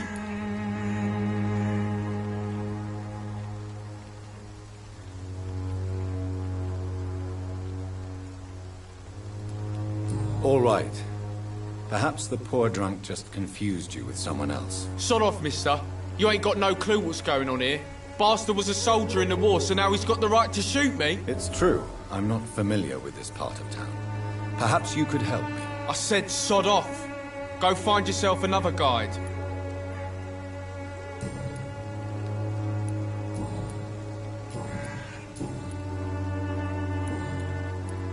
Do you know Nurse Dorothy Crane from the Pembroke Hospital? If you know anything about her, I'd appreciate it. Never heard of her. She's pretty, I'll keep an eye out. Goodbye, young man. The wet boots will be proud of me.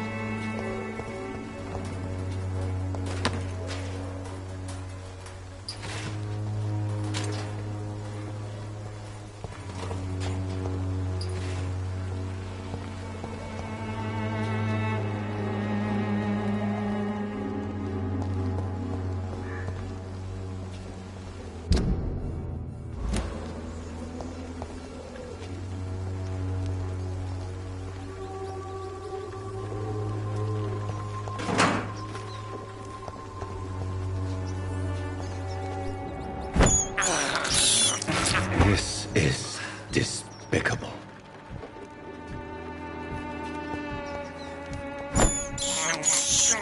I have this thirst for blood.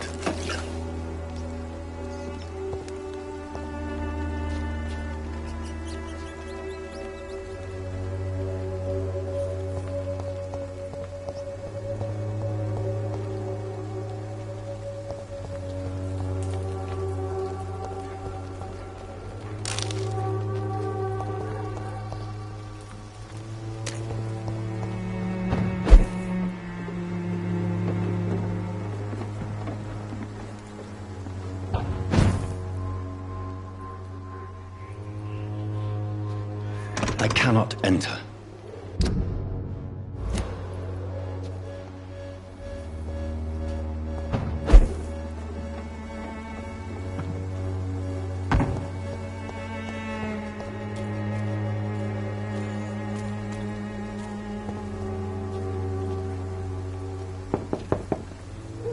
Hello, young man.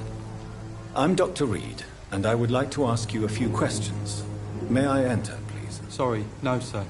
My father does not like people entering our house, you see.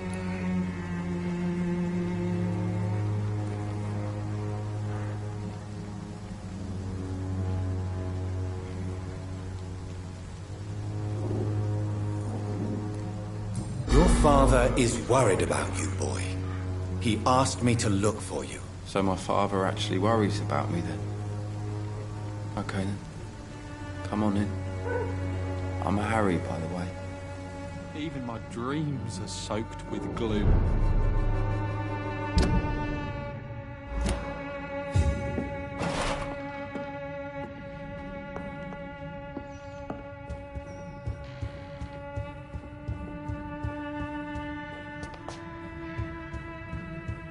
Is there only pain and... So, may I ask you a few questions? I'm not bothered. What could be worse? How do you feel? I'm fine. I mean, it's not easy every day, but I'm fine. I'm just tired of being sick all the time. If only I could be tough, like... Well, you know.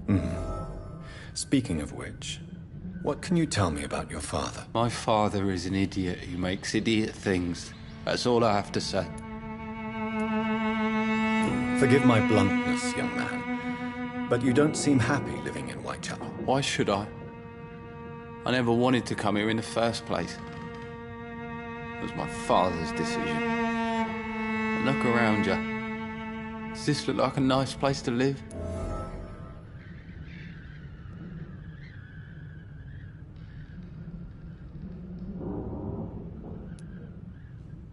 I'm sure your father did his best when he found this house. Times are tough for everyone, young man. That's exactly what my father says. Harry, you should be grateful for what you've got. I wasn't even consulted when we moved here. If life here is so terrible for you, why don't you just leave this place? Have you ever spoken to your father about it? I don't go outside. It terrifies me so. I went outside once without my father noticing and I saw terrible things. Bloody and frightening things. So that's why you stay at home all day? For fear of the epidemic? I'm not afraid of disease or death, Dr. Reed. It's the living I'm afraid of.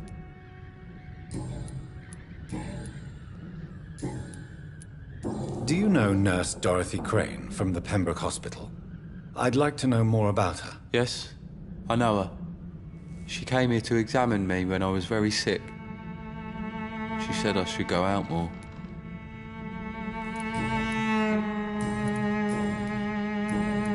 Goodbye, young man. Take care of yourself.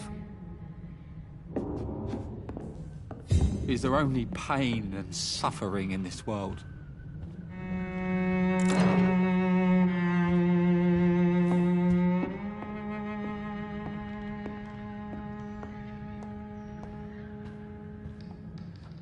Even my dreams are soaked with gloom.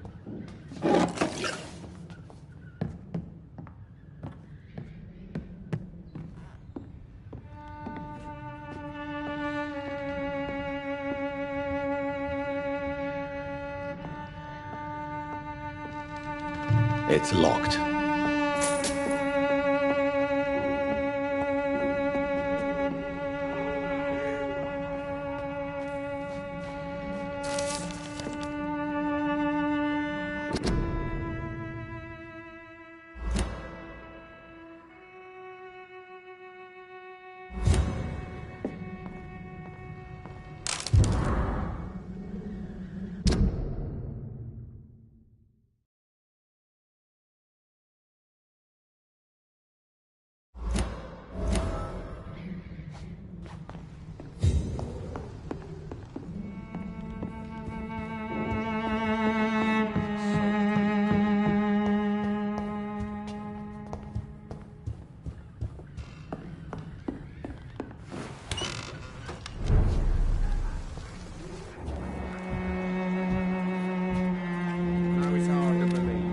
district as all...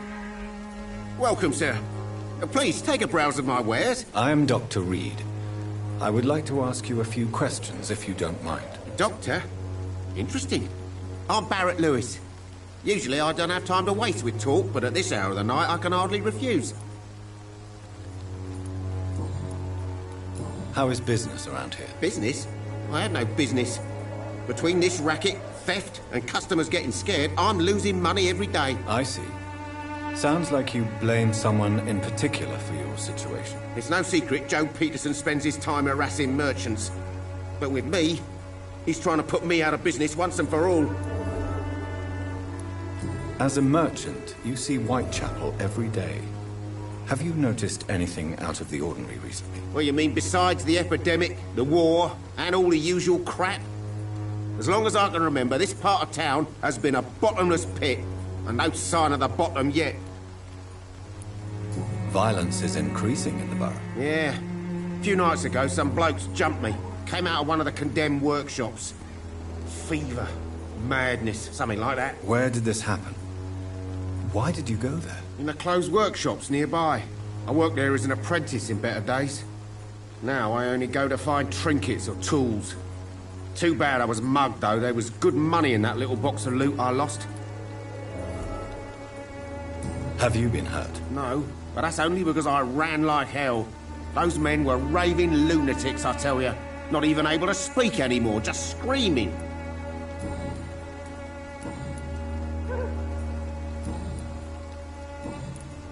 Have you heard of a nurse called Dorothy Crane? Nurse Crane? So the bitch really is a nurse, then? Always thought she was just some crafty foreigner, that one.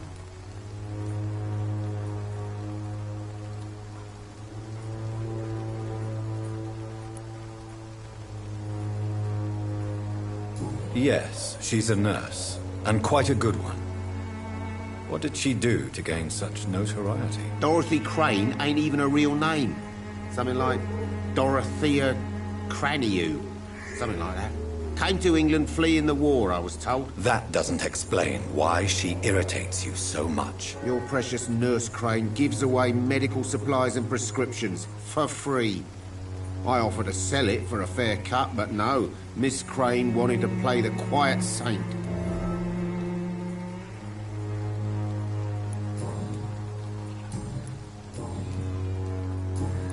Goodbye for now, Mr. Lewis.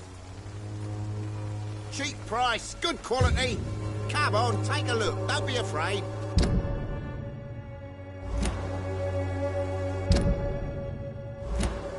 Cheap price, good quality. Come on, take a look. Don't be afraid.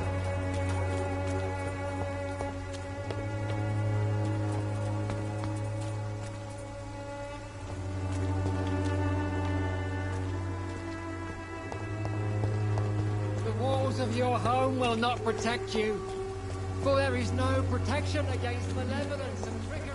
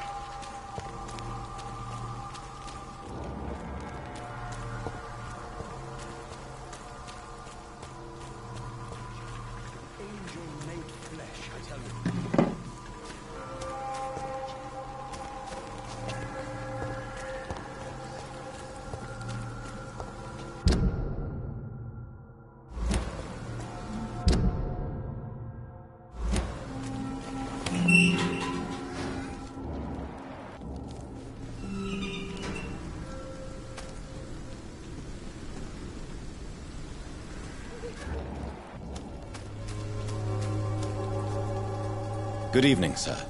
I'm Dr. Reed. I would like to ask you a few questions. Please be my guest. Although I may not be the best informant regarding this part of town, my words speak about that which the eyes cannot see. Really? Are you an artist of some kind? I'm a poet, sir. Richard Nethercott, at your service. May I ask what you're doing at this hour of night, sir? Do you live here? Not at all. I'm just enjoying the pleasure of a quiet walk. Though night talks are always preferable, if you ask me. Especially with strangers. But are you not afraid of the epidemic? Oh, why should I? I see some equity in the Spanish flu. No flesh should be saved, say the scriptures. Good or evil, rich or poor, all are equal in the eyes of the flu. If you say so. But as a physician in a time of epidemic, I must caution you to avoid unnecessary exposure, sir. Thank you, Doctor. But we both know the seeker of truth has to go boldly where the weak dare not. What are your thoughts on the terrible situation in this city? Terrible, you say? No. Of course, the death of so many innocents is a tragedy. But the scourge has not been all bad for the city. Oh, no, sir. What are you talking about? Do you remember London before the flu?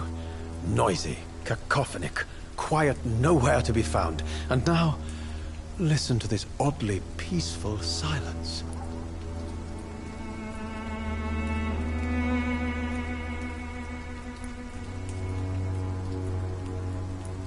Peaceful?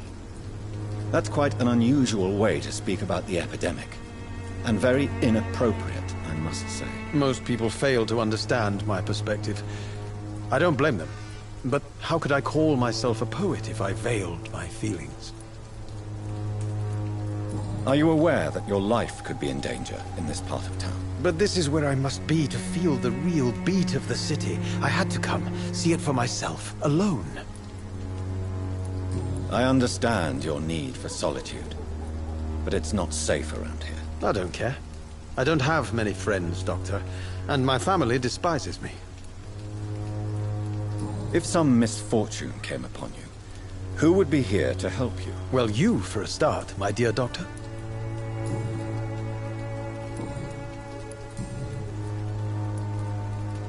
Tell me, Mr. Nethercott, why seek inspiration in Whitechapel? The place is not beautiful per se, but how to explain it? Stirring and challenging. Do you not think it a little morbid? On the contrary, sir. Whitechapel is full of life, full of beauty. Just like my dear muse, the wonderful Camellia. What can you tell me about Camellia? Not much. And that's the beauty of it. She can't speak, you know. She's a locked mystery who exhales kindness and sweetness. Perhaps you're just afraid to find out the truth about your muse. One day, perhaps, I'll ask her to come with me. But will she still be my wild flower of Whitechapel if she moves uptown? And have you ever tried to learn more about her? Where she lives? How she survives? Whom she may know? Maybe I prefer she remains an enigma. Reality can be so dull, don't you think? In what way, exactly? The struggle by gaslight, the barren smiles and the arid hunger under the rain. If you say so. Such vibrant antagonism and vivid paradox. The stripped humanity raged across each street. Vivid, of course, yes. And what about the poignant distress? Oh yes, the poignant distress. You see what I mean, don't you? That's what I want to write about, and that's what Whitechapel is made of.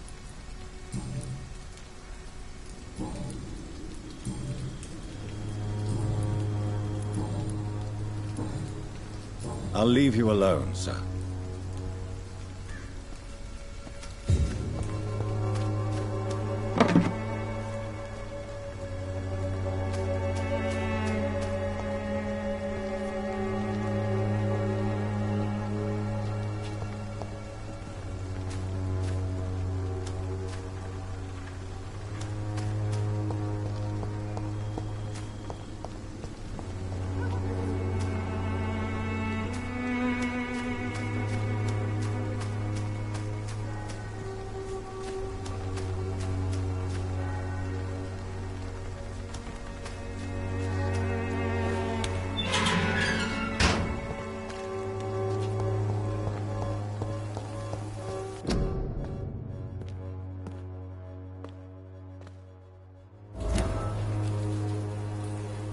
Good evening, miss.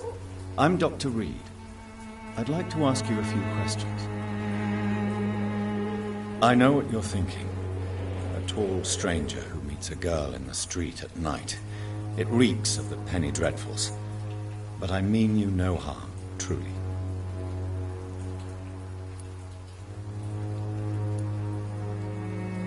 I know you understand what I'm saying.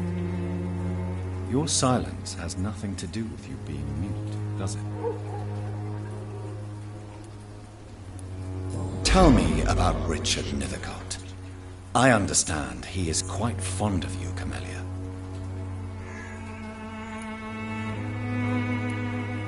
Camellia, I know you work for Dorothy Crane.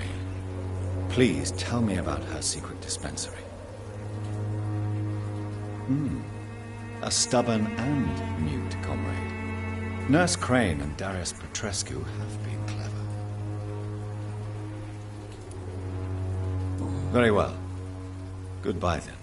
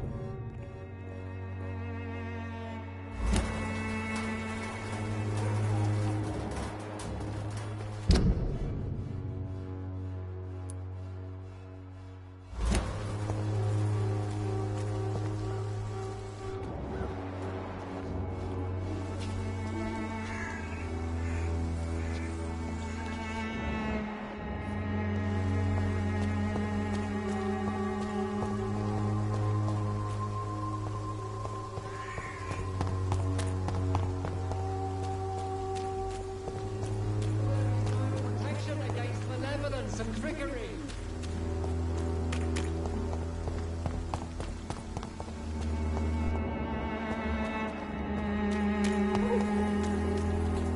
Excuse me, sir. Are you familiar with this part of town?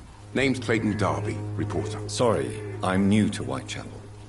But perhaps you could help me since you're a journalist. My name is Jonathan Reed. Dr. Reed, the famous surgeon. I'll gladly help if I'm able, sir. Why are the newspapers keeping silent about the Spanish influenza? It's as though none of you care. There's a war going on. People shouldn't be demoralized by news of deadly diseases.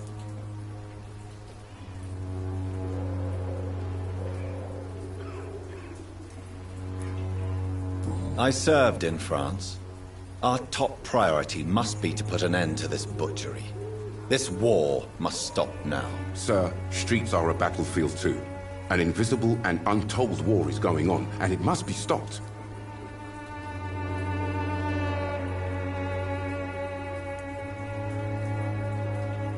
What is a journalist doing in this borough after sunset? He goes where none of his colleagues would dare to go, to inform the country.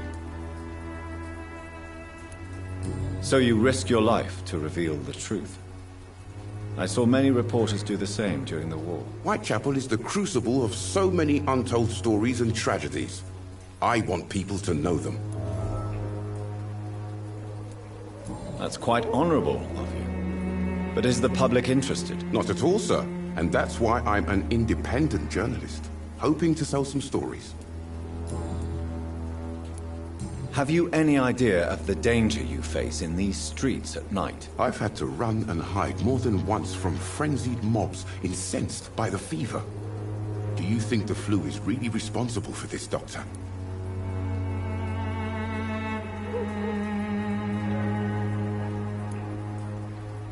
I'm convinced there is more at work here than a simple epidemic. Really? To be honest, I could say the same. Some of the sick I saw or heard of. My God, what happened to them?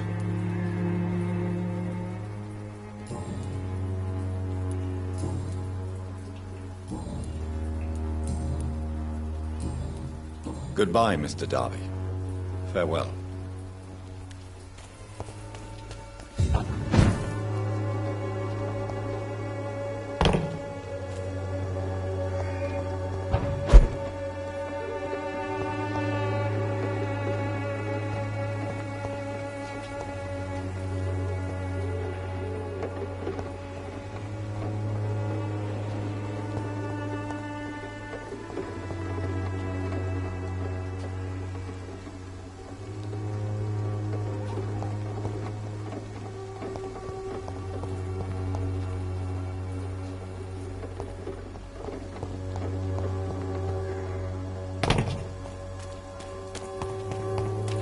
Pay me a glass and I'll be gentle.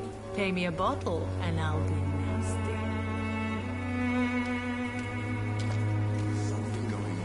Don't be shy, handsome. What can Christina do for you? I'm not looking for what you're selling. But I'd like to ask you a few questions, if I may. I'm a doctor. Dr. Reed. All right then, but be quick. Though I usually get paid when I open my mouth. Christina, have you been examined? The epidemic is spreading fast in London, and you could be exposed. Or expose others. I don't like doctors or hospitals, but I don't like you asking questions. Considering your line of work, I assure you it is only a matter of time before you have health issues. If it is going to happen, it will happen. Right now, I need money. That's what's important. You can put your own life in danger, that's your decision. But what about your clients? If you're contaminated, you will put them in danger too. And you think that would worry me? If you knew the men I deal with, their health would not be what you'd worry about. Clayton Darby claims he will expose the crisis in Whitechapel to all of London. Do you believe him? I believe Clayton's courage will erode with time, until he finally leaves Whitechapel to start another fight somewhere else. Why this skepticism? How can you speak about starvation if you've never been hungry? Or about poverty? Or anything else you have never suffered from? Are you talking from experience? I've seen your type come here to get a good fuck in a cheap room or a dark alley before going back to their fancy houses in the West End.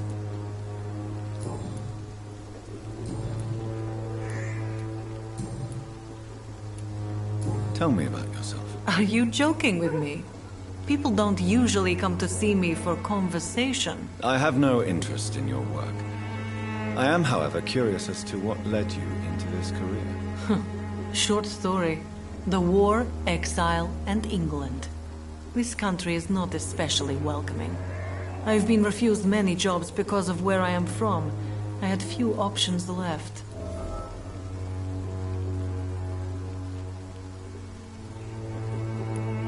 I always thought I was the master of my own fate. But now I know we don't always have control over our lives. I don't judge you. You know, this money is not only for me. I have good reasons to need this money quickly. But it is not your concern, Doctor. Do you know Nurse Dorothy Crane from the Pembroke Hospital? Anything you can tell me about her would be helpful. I don't know her, but I know her name is Dorothea Crăciunescu. She came from Romania like me and many others. You seem to respect her. Dorothea helps the sick people of Whitechapel. Everyone should respect that.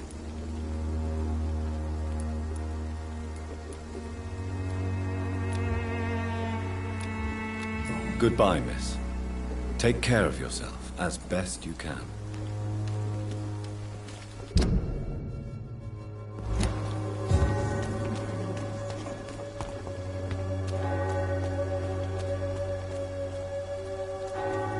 Forgive my interruption. Do not apologize, my son.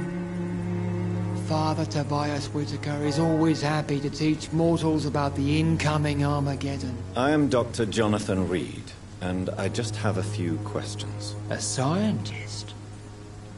You are much more lost than I thought, my son. What do you mean when you say that I am more lost than you thought? All scientists are entangled in a world of causes and consequences, and most of them can't see the plain truth. Quite a judgmental opinion, if you ask me. But what do I know? Blinded by science as I am. But you are seeking answers, aren't you? Answers about the Armageddon about to strike the city. Answers about the hidden truth. I am. But the answers I seek are based on facts, not superstition. What do you mean when you say that I am more lost than you thought? All scientists are entangled in a world of causes and consequences, and most of them can't see the plain truth. Quite a judgmental opinion, if you ask me. But what do I know? Blinded by science as I am. But you are seeking answers, aren't you? Answers about the Armageddon about to strike the city. Answers about the hidden truth. Well, I suppose I can spare a few. As a doctor, you must be aware of the decimating epidemic. But let me tell you that this so-called Spanish flu is just the beginning of the end. What do you mean? The beast is finally revealing itself, corrupting the flesh and the heart of men. With my own eyes I have seen them, those minions from the abyss. Really? And what would be your answer to this biblical threat? We must fight the disease before this legion outnumbers us. But not with scalpels and microscopes. No. What is left then? Cleansing fire.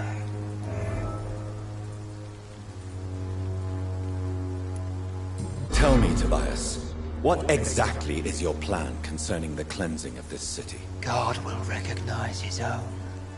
More than once this city has risen from the ashes, hardened and purified by the flames.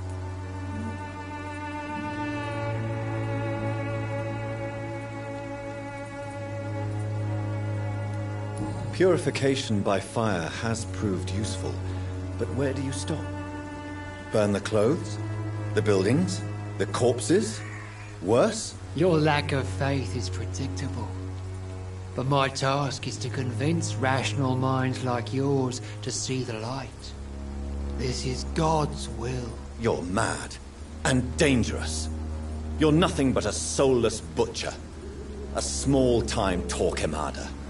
The Savonarola of Whitechapel. My son, if you think salvation is a free gift, go listen to the lies of that pompous fool, Joseph. Joseph, a fool? Vicar Larrabee of St. Mary's Church. While he continues preaching his fraudulent redemption, more and more people die in the streets.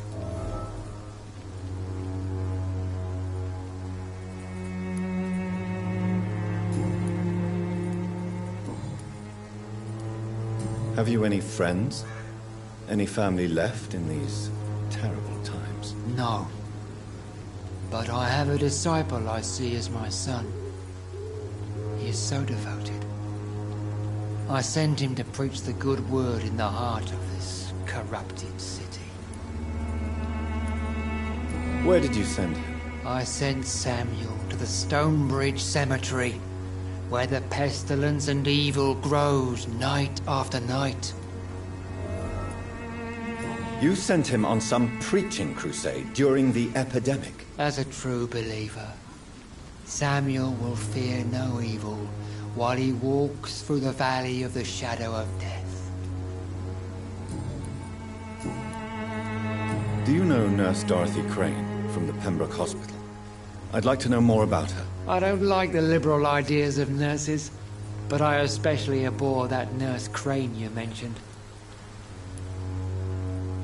So you're not exactly a fan of Florence Nightingale's work. But nurses are essential for modern healthcare. Nuns should be the only women allowed to take care of male patients. It's obvious only they have the necessary moral fibre. Why do you hate Nurse Crane more than other nurses? Before coming to London, she was a member of the communist resistance in our country. That's what happens when you let a woman get involved in politics. I have heard enough for tonight. Goodbye.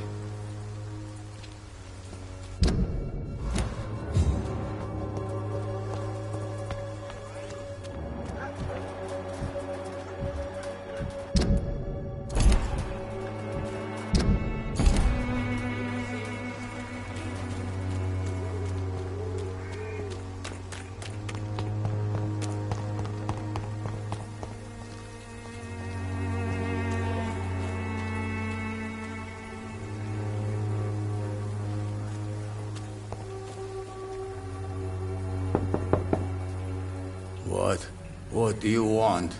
Leave me alone. Good evening, sir. I'm Dr. Reed. I'm looking for Nurse Dorothy Crane. There is no Dorothy Crane here. Now goodbye. I'm afraid this medical leaflet says the opposite, sir. Really? Well, I'm afraid I'm going to close this door right now. Go bother someone else, Mr. Doctor. To enter that house, I must discover who this man really is. Maybe I could start by observing what he's up to.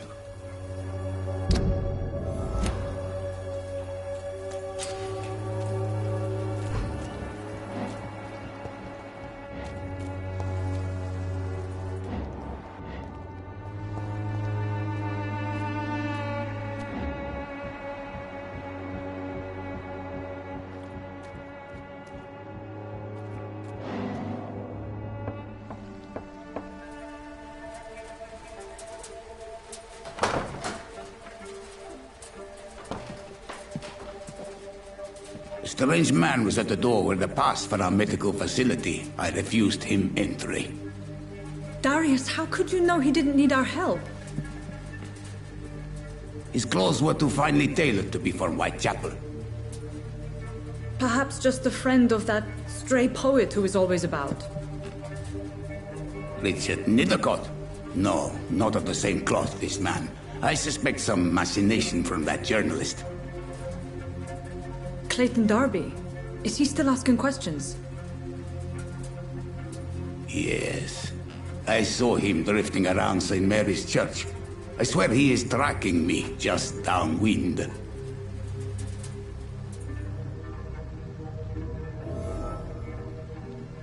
It's locked. I must talk to that journalist or the poet. They must know about Darius. Nearby the church they just mentioned.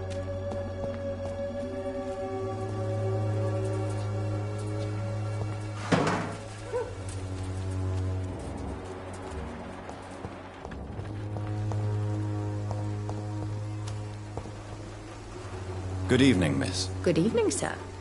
Are you interested in a miraculous cure for this unknown and deadly epidemic? Actually, I am. Then you have come to the right place. The famous Swanborough cordial is all you need to help keep you in perfect health. Oh, really? Why didn't I hear about it during my studies? I'm Jonathan Reed, by the way. Dr. Jonathan Reed. Ah, my brother has spoken of your research, sir. I'm Loretta Swanborough, and it's always a pleasure to meet a fellow healer.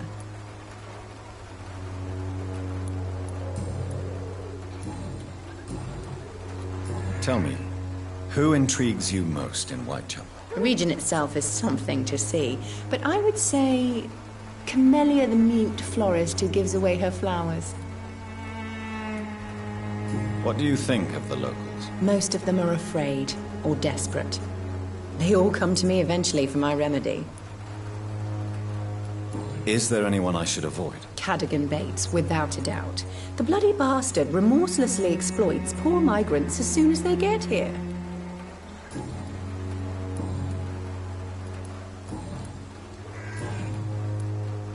Do you know Nurse Dorothy Crane from the Pembroke Hospital? I'd like to know more about her. I don't like to talk about competition. Competition, you say? Never met her, but it seems she provides some sort of medical care to the poor. The whole thing has to be some sort of scam, if you ask me. I'd like to see what kind of medicine you're selling.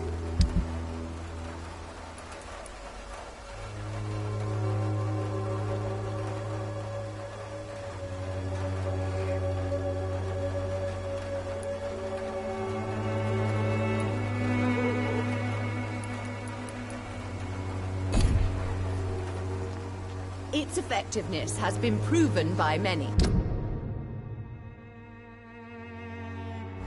Even the flu is no match for the Swanborough cordial.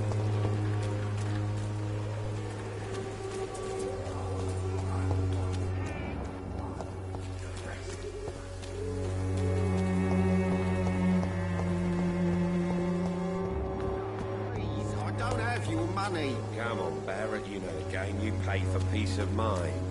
Can't you just look the other way this week, Joe? Come on, we can sort it out, right? It's not my fault, Baron. You paid one way or another. Please.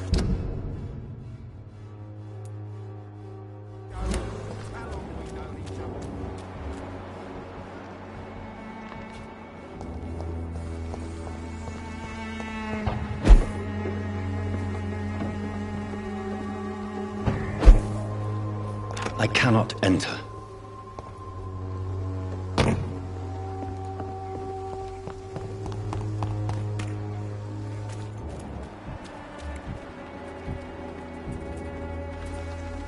Excuse me, sir. I have a few questions for you. Another journalist? I didn't answer the first one, so piss off! I'm not a journalist, I'm a doctor. A doctor, you say? It's quite a rare breed in this part of town. Really? But still, here I am. Dr. Jonathan Reed, at your service. I'm Joe Peterson to some, but Colossus Joe to most. And I don't remember asking for your service, sir.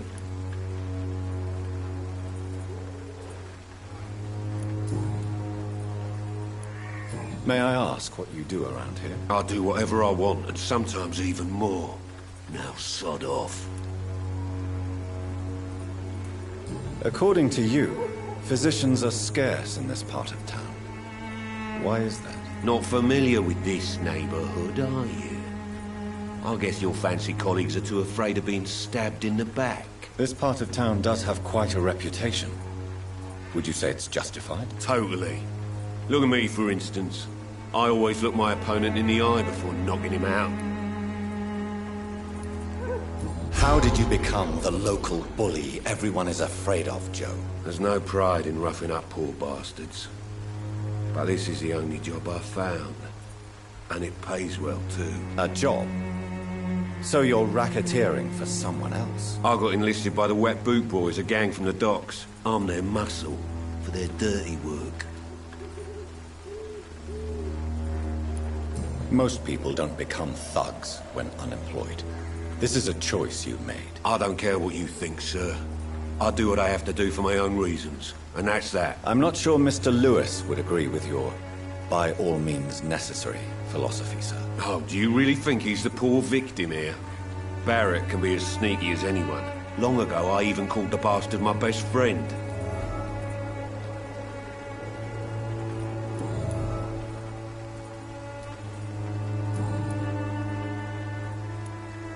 Why do you keep on working for the gang, Joe? You know it doesn't suit you. It's true, I hate this job. And I know I made some bad choices, but I'm a wet boot boy now. And people won't forget it. You could leave tomorrow. Start another life in another town. That's easy for you to say, Doctor. We are poor. My son's weak. And there's no way he'll endure another disappointment. Harry doesn't seem happy living in Whitechapel. Why did you make him come here? I've always put my son's interests above everything else. Whatever he may think. Our house is small but affordable. The walls are thin, but the door is solid. You really love your son, don't you, Mr. Peterson? He's my pride and joy. Even if he hates me for the choices I make and pushes me buttons more than he should. Do you have any regrets? Only one. Not to have my beloved wife by my side. She died when Harry was little. My sweet Jane. She gave the boy confidence. Since the criminal nature of your job means you could be arrested, are you not afraid of what would happen to your boy if you were? No one will ever take my son away from me. If that ever occurred, I'd hunt the bastard down and rip off his head with my bare hands.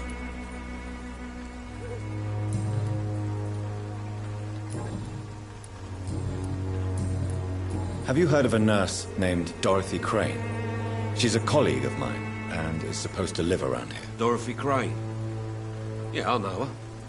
One of the few good souls who dare to help the sick around here. Could you please tell me more about her? She's a nice girl. Tries to help the migrants. I offered to give her a hand, but she said my reputation would attract too much attention.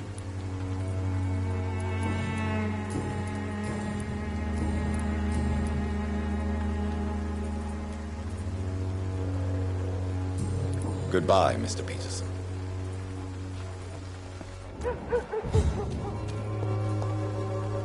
Fancy buying something, sir? You never lose your foot. Joe Peterson. He's the villain here, isn't he? But you seem to know each other. I'd known Joe for years. I saw him box once or twice. He was a friend then. But these days, he's just another thug. What can you tell me about Mr. Peterson? Besides his behavior toward you, obviously. Colossus Joe was a decent boxer, good one even. But after his wife passed away, he found every excuse to stop training. Just wanted to pick fights with everyone.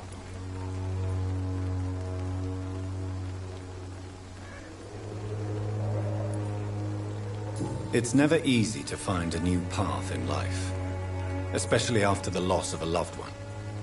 But crime is certainly not the best option. We've all had some rough times, ain't we? But most of us don't use our fists to see us through.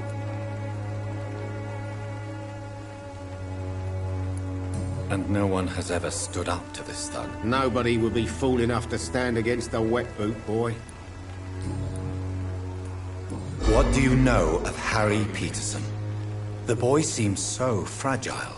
Not like his father at all. Harry's a good boy, but he spends most of his time complaining. He's had it tough, all right, but he needs to grow a pair. What troubles him exactly? But despite being his father's son, almost everything, I think. He never wanted to come to Whitechapel in the first place. Hates this place more than most of us.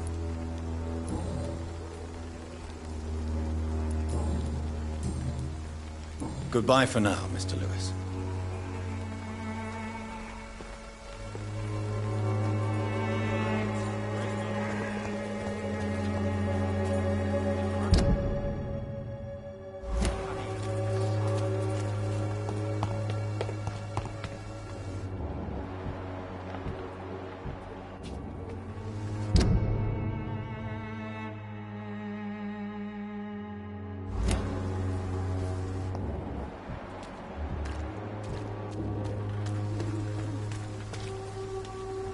Good evening, Doctor.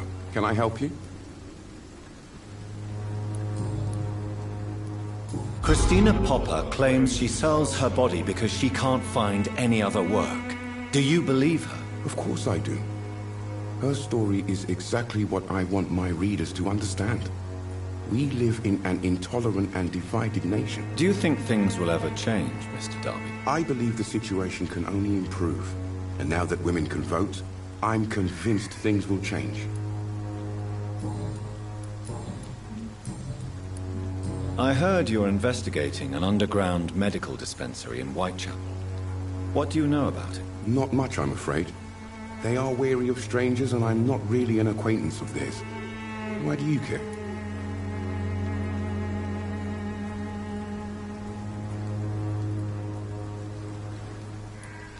I'm afraid one of the nurses from the Pembroke Hospital may be involved with unsavory activities. Ah, could it be Dorothy Crane? Without a doubt, you are a damn fine journalist, Mr. Darby. What do you know of her accomplice, a man named Darius? I don't know much about the man. He's very cautious, never goes out, doesn't seem to have any friends or family. He has no relatives at all? No. Except for that strange man, a poet named Richard Nethercott, who sometimes comes by. Darius would never let him in. Where can I find this Mr. Nethercott? He spends most of his time lurking around Whitechapel, talking to himself or declaring verses. These days, you can usually find him behind the church. He never goes out? No. A few days ago, he unexpectedly did. I followed him, but it was just a ruse to keep me away from his house. Really? How do you know? He went to the nearest mailbox, but just before posting his letter, he ripped it up and threw it away. Goodbye, Mr. Darby. Farewell.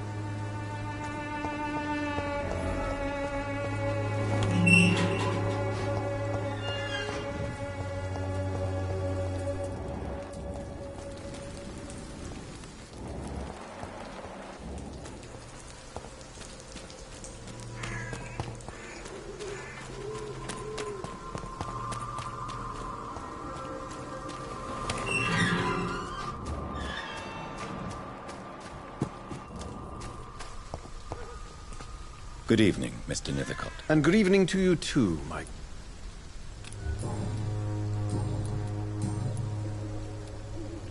Did you know the Mute Florist is a member of a secret society? No, I didn't. But I thank you for this information, sir. For it only enriches the mystery surrounding the precious camellia. Are you not curious? Is there not more you wish to know? That girl has not an ounce of malice in her. Whatever she may be hiding, it's certain to be for the benefit of most, if not all. I fear you are a hopeless romantic, Mr. Nithercott. Guilty as charged, Dr. Reed.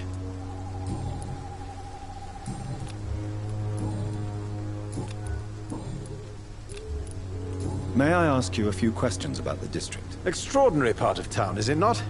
I'll be glad to help you, if I can. I'm looking for Dorothy Crane, a nurse who lives in this vicinity. Dorothy Crane. Oh, I love the name. The Crane of Whitechapel. Sounds very mysterious. But, sorry, no, never heard of her. What can you tell me about an old man called Darius? Darius Petrescu? Yes, I know him. At first, I thought he was only a small publisher. I invited him to publish my work, but his reaction was pretty clear. Not interested in your talent? Darius is an old political activist who takes delight in printing tracts and lampoons. Those communist activities only require mediocre writing skills. I'll leave you alone, sir.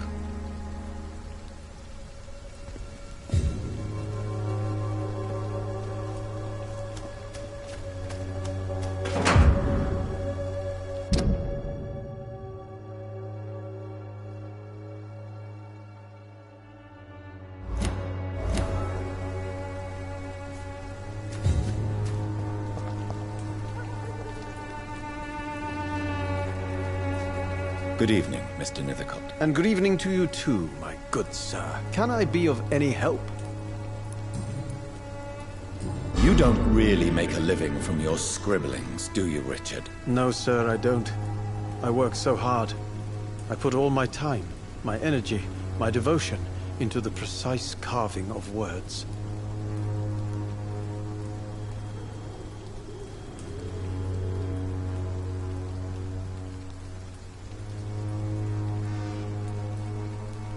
When she was younger, my mother was a painter and a poet. She told me many times how poor her artist friends were, and how she helped them. My parents pay for my rent, my food, and my clothes. All I have to give them in return is lies they do not believe. You seem embarrassed. Someday I hope to proudly offer my first publication to my parents. Until that day, I'll remain the failure of a son they have to support.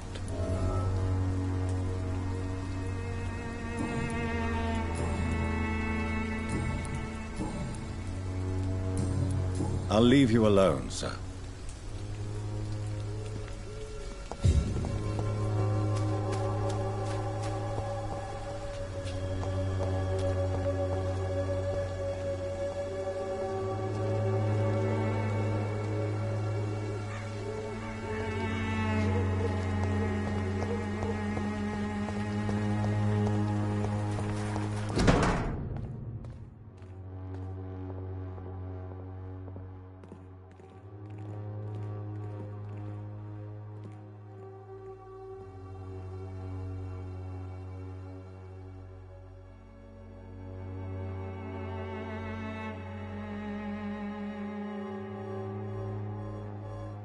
The content of Darius' letter to his children could give me more leverage to enter.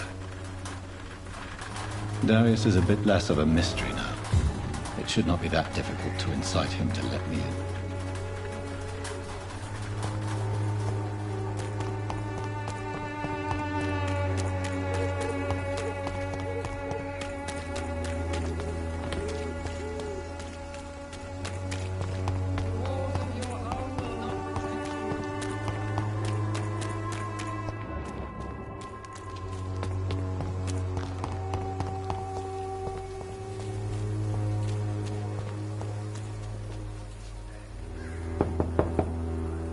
Mr. Petrescu, Just 1 minute, please. You again.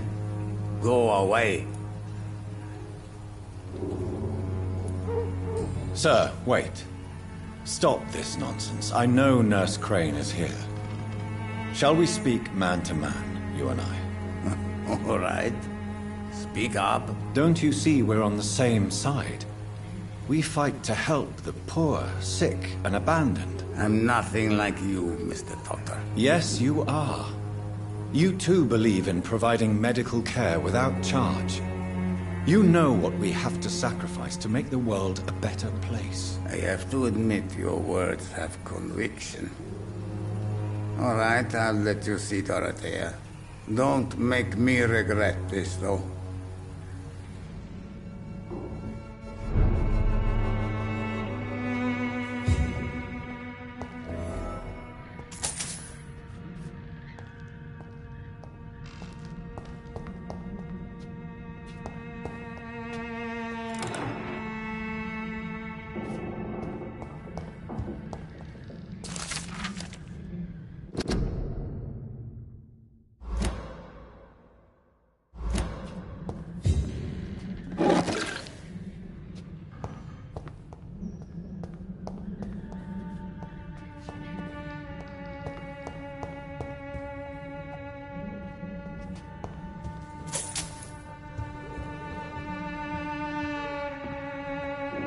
If you want to talk to Dorothea, you must go across the courtyard and take the stairs. We've not been formally introduced.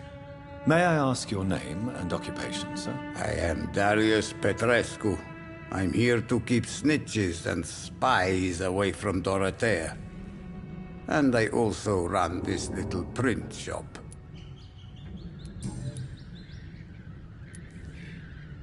So Dorothy's real name is not Crane? Like myself and many people in this area. Dorothea is from occupied Romania. That's all you need to know. She seems important to the community. More than you can imagine. The West End does not want to hear of Whitechapel's misery. Dorothea is one of the few doing something about it. Did you refuse to publish Richard Nethercott's previous works, Darius? Yes. His manuscript is as pompous as he is starched. Now there's a man who loves the sound of his own voice. You could have told him so. As a great writer recently said, politeness is the most acceptable hypocrisy. Tell me everything you know about Camellia, the mute florist. I do not believe in the afterlife, Doctor, but I'm almost convinced Camellia is an angel. She volunteered to give out our medical leaflets. Are you not worried for her safety? She is as brave as she is tough, and clever, too. If only I had met her when I was younger. Are you in love with Camellia, Mr. Petrescu? Don't be stupid. If I had met her when I was younger, we could have won our revolution. Who is she, really? Do you know where she's from? She's not from around here, that's all we know. Camellia is not even her name. It's her favorite flower. You say she has no close family? Well, there's that awful poet who constantly follows her around like a lost puppy. A good man for sure, but a very poor writer. Tell me everything you know about Camellia, the mute florist. I do not believe in the afterlife, Doctor, but I'm almost convinced Camellia is an angel. She volunteered to give out our medical leaflets.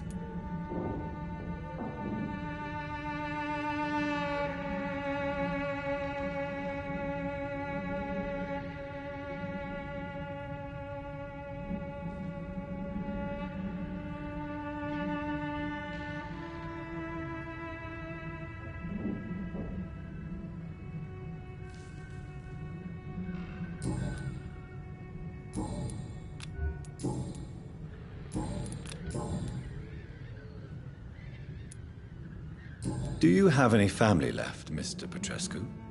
Children or grandchildren? Who knows? I have abandoned my people for so long, they might as well be dead. As dead as I am for them, I suppose. Don't be embarrassed, sir. If you must know, my own father disappeared many years ago, and I forgave him. It's quite awkward to talk about our families like this, but thank you, Dr. Reed. I appreciate your trust. This war won't last forever. Did you ever think of returning to your country now it's free? No. I have taught strength and determination to my sons and daughters. I'm an old, dying man who only has memories of better times to cherish.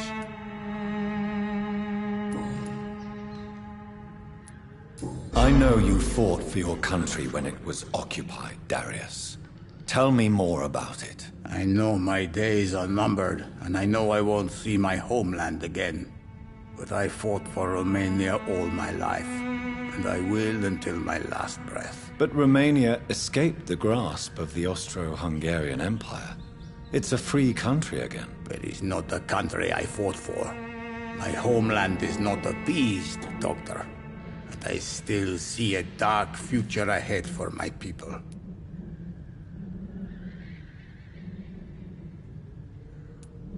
How did you meet Nurse Crane, Darius?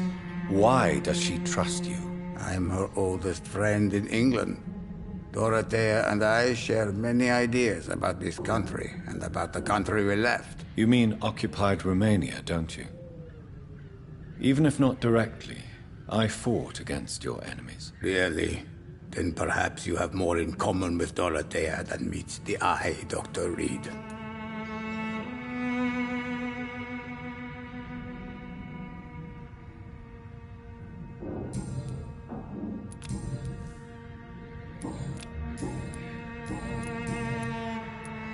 Tell me everything you know about Camellia, the mute florist. I do not believe... Goodbye, Mr. Petrescu.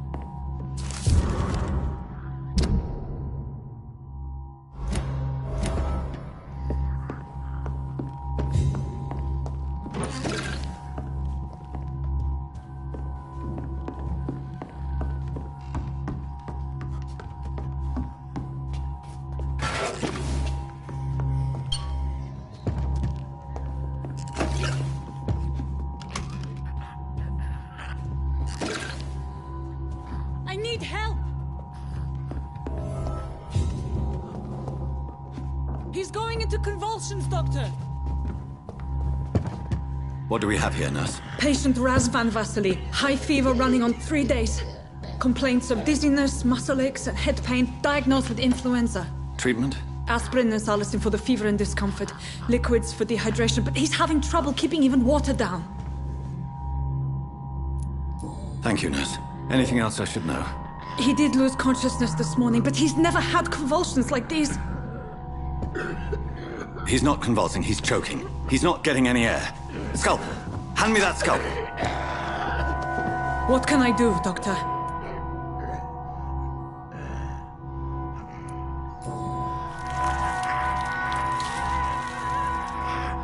I need to perform a tracheostomy.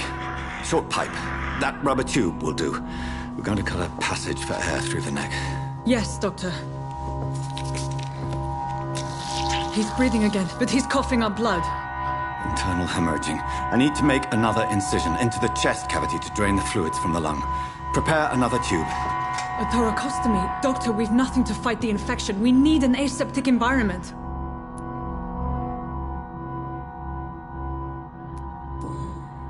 Right then, Nurse Crane. What do you suggest we do? I've no idea. I'm not the doctor. Time is of the essence. We need to perform a thoracic drain. Yes, Doctor.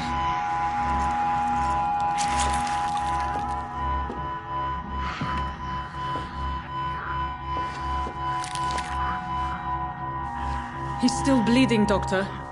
I'm losing his pulse. The drain must have punctured the intercostal artery. There's too much blood. Are you all right, Doctor? I can't see.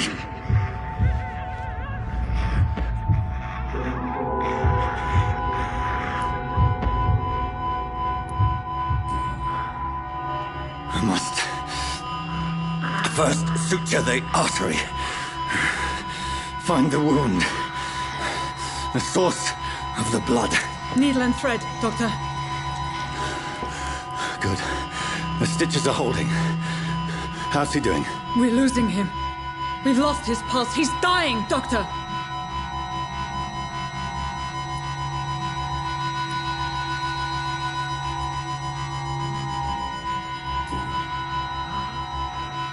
A dose of epinephrine, now. Yes, Doctor.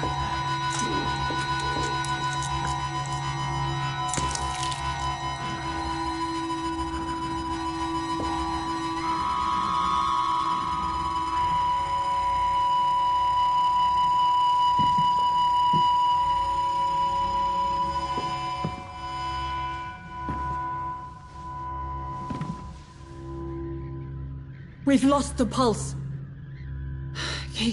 He's gone, Doctor. Nurse, we did everything we could. Truly? Everything you could?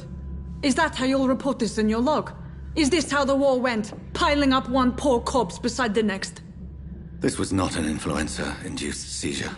I've never seen symptoms like these on the continent.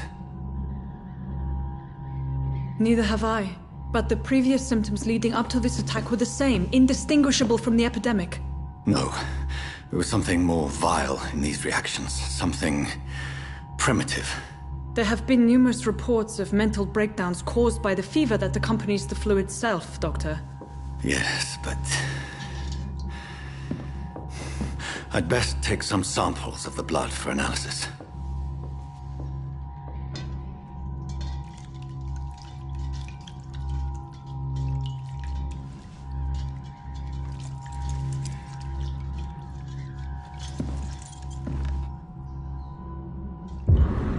I doubt you're here to test my bedside manners.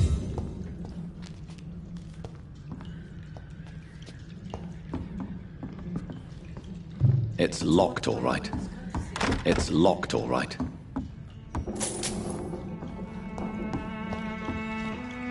This is an unfitting place for the illustrious Doctor. I suspect it was more than intuition alone that led you to us. So, how might I be of service, Dr. Reed?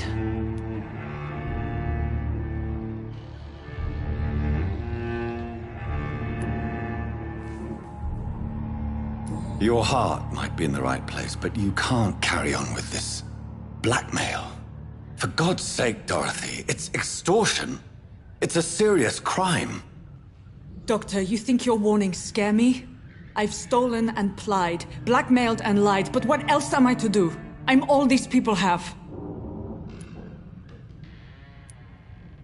But why Lady Ashbury? Why her, of all people? She's pristine and proper, all right. But that she-wolf in sheep's clothing murders the poor for sport. I have her where she belongs, and I'll milk her for all she's got.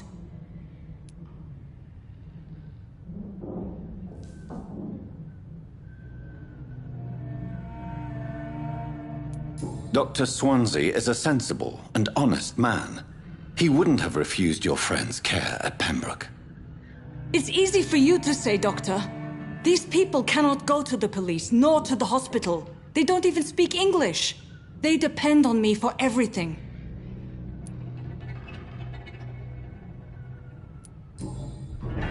You've convinced me of the sincerity of your actions and their noble justifications. But all the same, blackmail is a crime, and it will stop, Nurse Crane. So, are you going to turn me over to the authorities?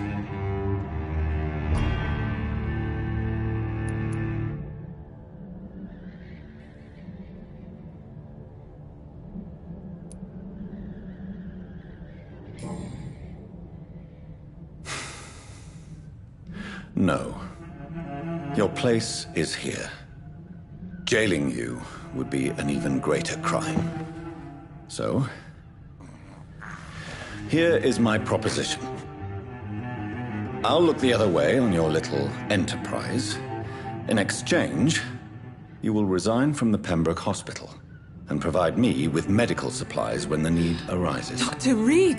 That sounds like a business proposition. My accomplice, then? No, just a privileged client. My research may require the occasional rare piece of equipment or ingredient. I'll pay good coin in exchange, fair and honest, to help finance your noble endeavors.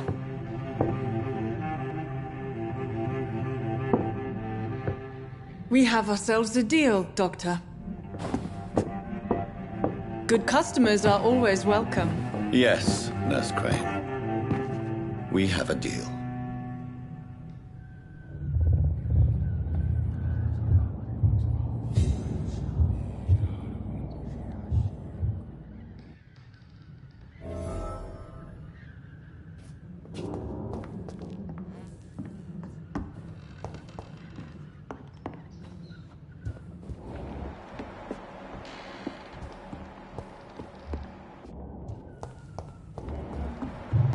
It's locked.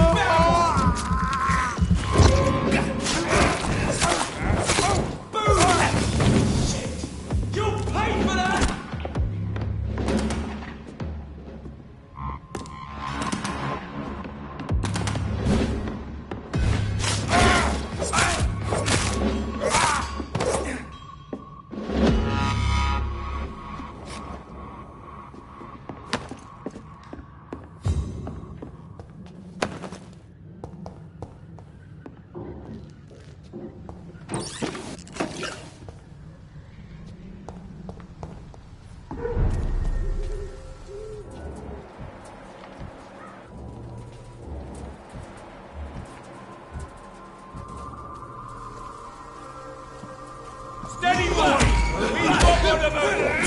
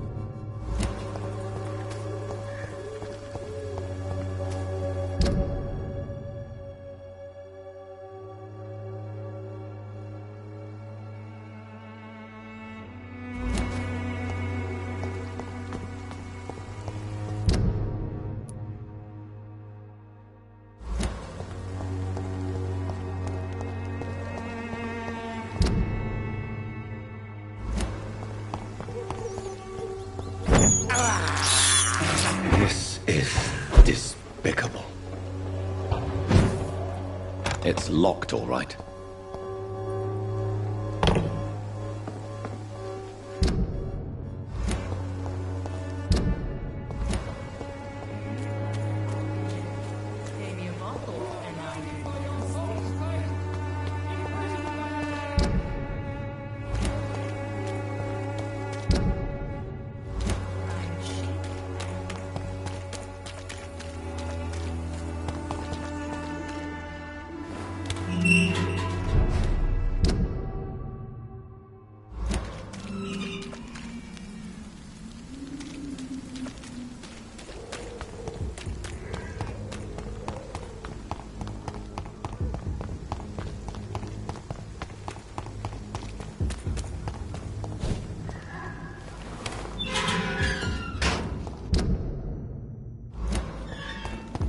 Human blood. Whoever left these marks did so deliberately. Kill it, boy! Burn it, boys!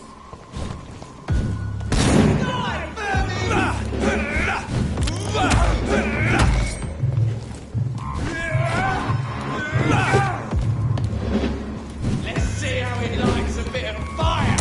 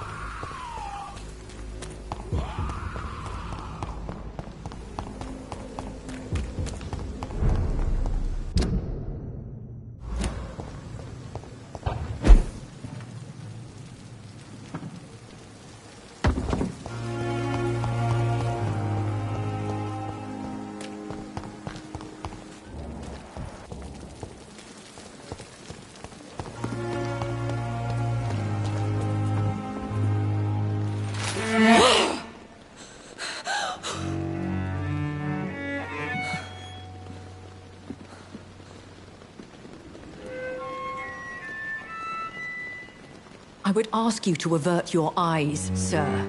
Or did you not know it was rude to stare? I knew it. Speak up, Dr. Reed. I like a man who speaks his mind.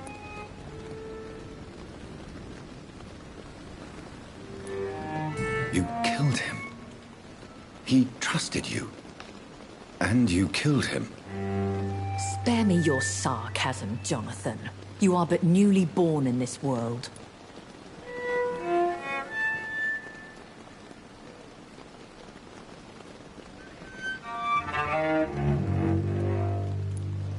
So in the end, the accusation was true, wasn't it? The situation is somewhat awkward nonetheless. I have not been observed sustaining myself for many decades. I have to say I'm a trifle embarrassed. Anyway, I have concluded my inquiries concerning your blackmailer. I see. Please excuse my agitated state.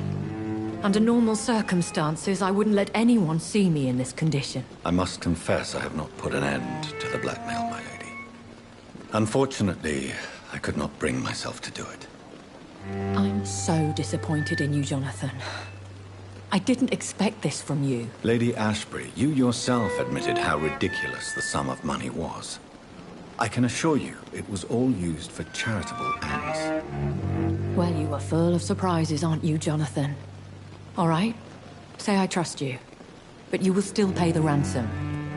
That is only fair. After all, it was you who failed to bring this problem to a satisfactory conclusion. I believe I could agree to that. And since a lady always keeps her promises, I will now answer any questions you may have. Why does Dr. Swansea allow you to feed on the patients of the hospital? Dr. Swansea is a good and compassionate man. He is trying to find a solution for our hunger. Until that happens, he is clever enough to understand that I only feed upon the dying. What do you know about this Brotherhood of St. Paul's Stole? The Brotherhood is well known amongst London vampire society. As long as our kind is discreet, and as long as they do not interfere, we have come to a mutual understanding. And no one suspected you of the murders? As you well know, suspicion has recently fallen on me of killing for pleasure. But you have my word, Jonathan.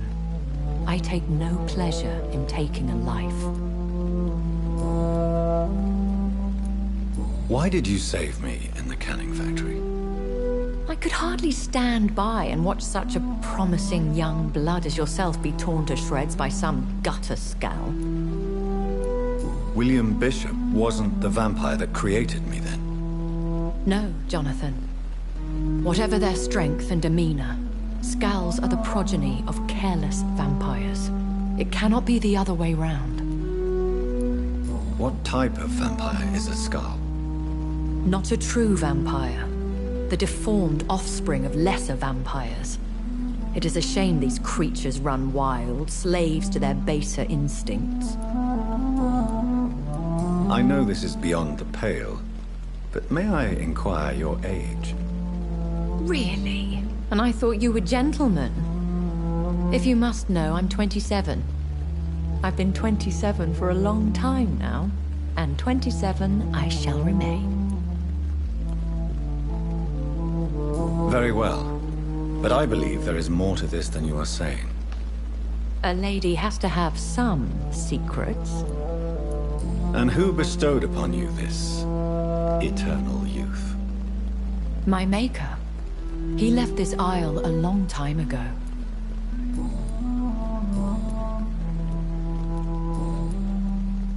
I've been hearing a voice talking in my head. Is this some kind of insanity? It feels like the voice of the vampire that created me. Hush. Tell no one this. It would be unwise to talk of such things amongst British immortals.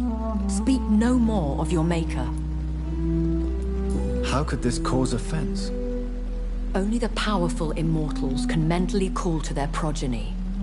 No vampire or hunter will sleep easy, knowing that an unidentified elder is stalking the streets of London.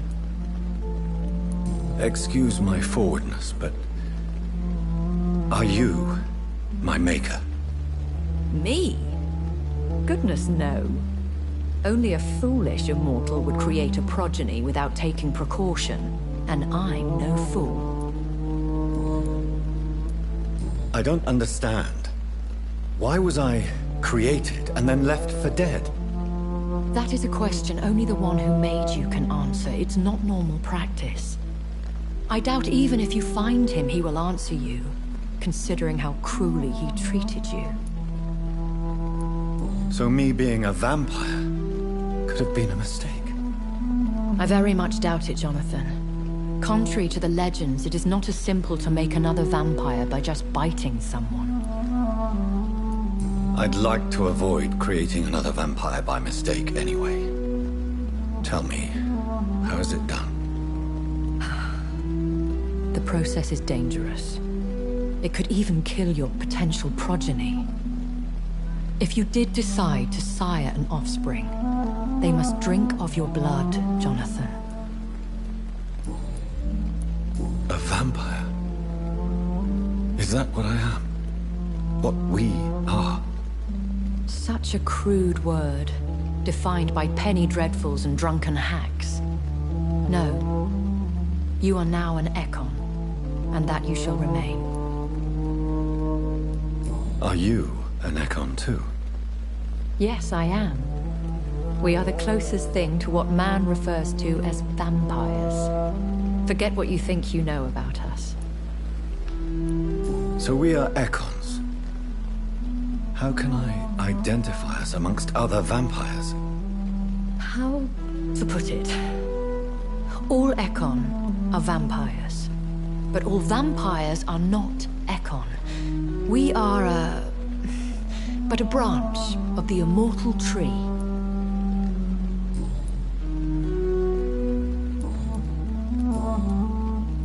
I've been away from London and England for 3 years. This isn't the city I remember. Things have gone from bad to worse here, Jonathan. I've lived in this city for a long time, and I've never seen it like this. The Spanish flu has hit London that bad? Yes, but it's not just that. I've heard things. Things I've not heard for a very, very long time. There are whispers in the shadows. Something far worse than the Spanish flu is here in the city. What is it you fear? Fear has long since flown this form. But there is something malevolent circling us. I feel fear is merely waiting in the wings. When I awoke, changed, I was chased and attacked by vampire hunters. Prepared and well-trained. Though I can't be certain, more than likely it was the once glorious Guard of Priwen. Once glorious, but still dangerous. They have seen better days, but all fanatics are dangerous. You would be wise to stay clear. They are sworn to destroy our kind. You make them sound like some sort of cult. More a society, and like all the best ones, a secret society. I thought them almost gone, but it seemed they have been recruiting. Are there many vampires here in London? Immortals are of a rare breed, and we often tend to hide. But you may occasionally meet some of us at night. Do you know any of them? Have you an idea of the identity of the vampire who attacked me? You mean your maker? No, Jonathan, I have no clue. But I fear he or she is as careless as cruel. To let you discover your new condition by yourself. What do you mean? Every now and then, you may discover an immortal in the deep of the night. But we are a rare and reclusive breed. Our progeny is almost never accidental. Will they all be as affable as you, my lady? I do not see why not. But remember, even the shark smiles before he bites. That sounds like a lesson from experience. Vampire politics are as intricate and sometimes tedious as a game of chess in a gentleman's club. I've learned from experience it is best to decline to play. I bid you farewell, for now, my lady. I must quickly analyze the blood I took from Nurse Crane's patient.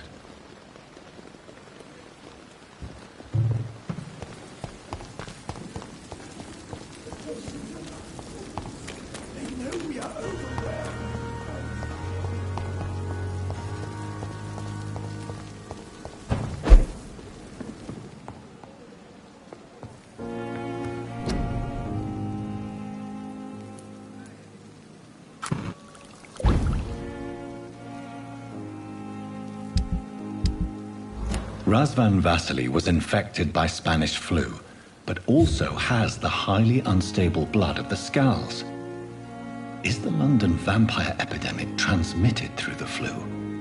I should talk to Dr. Swansea about it.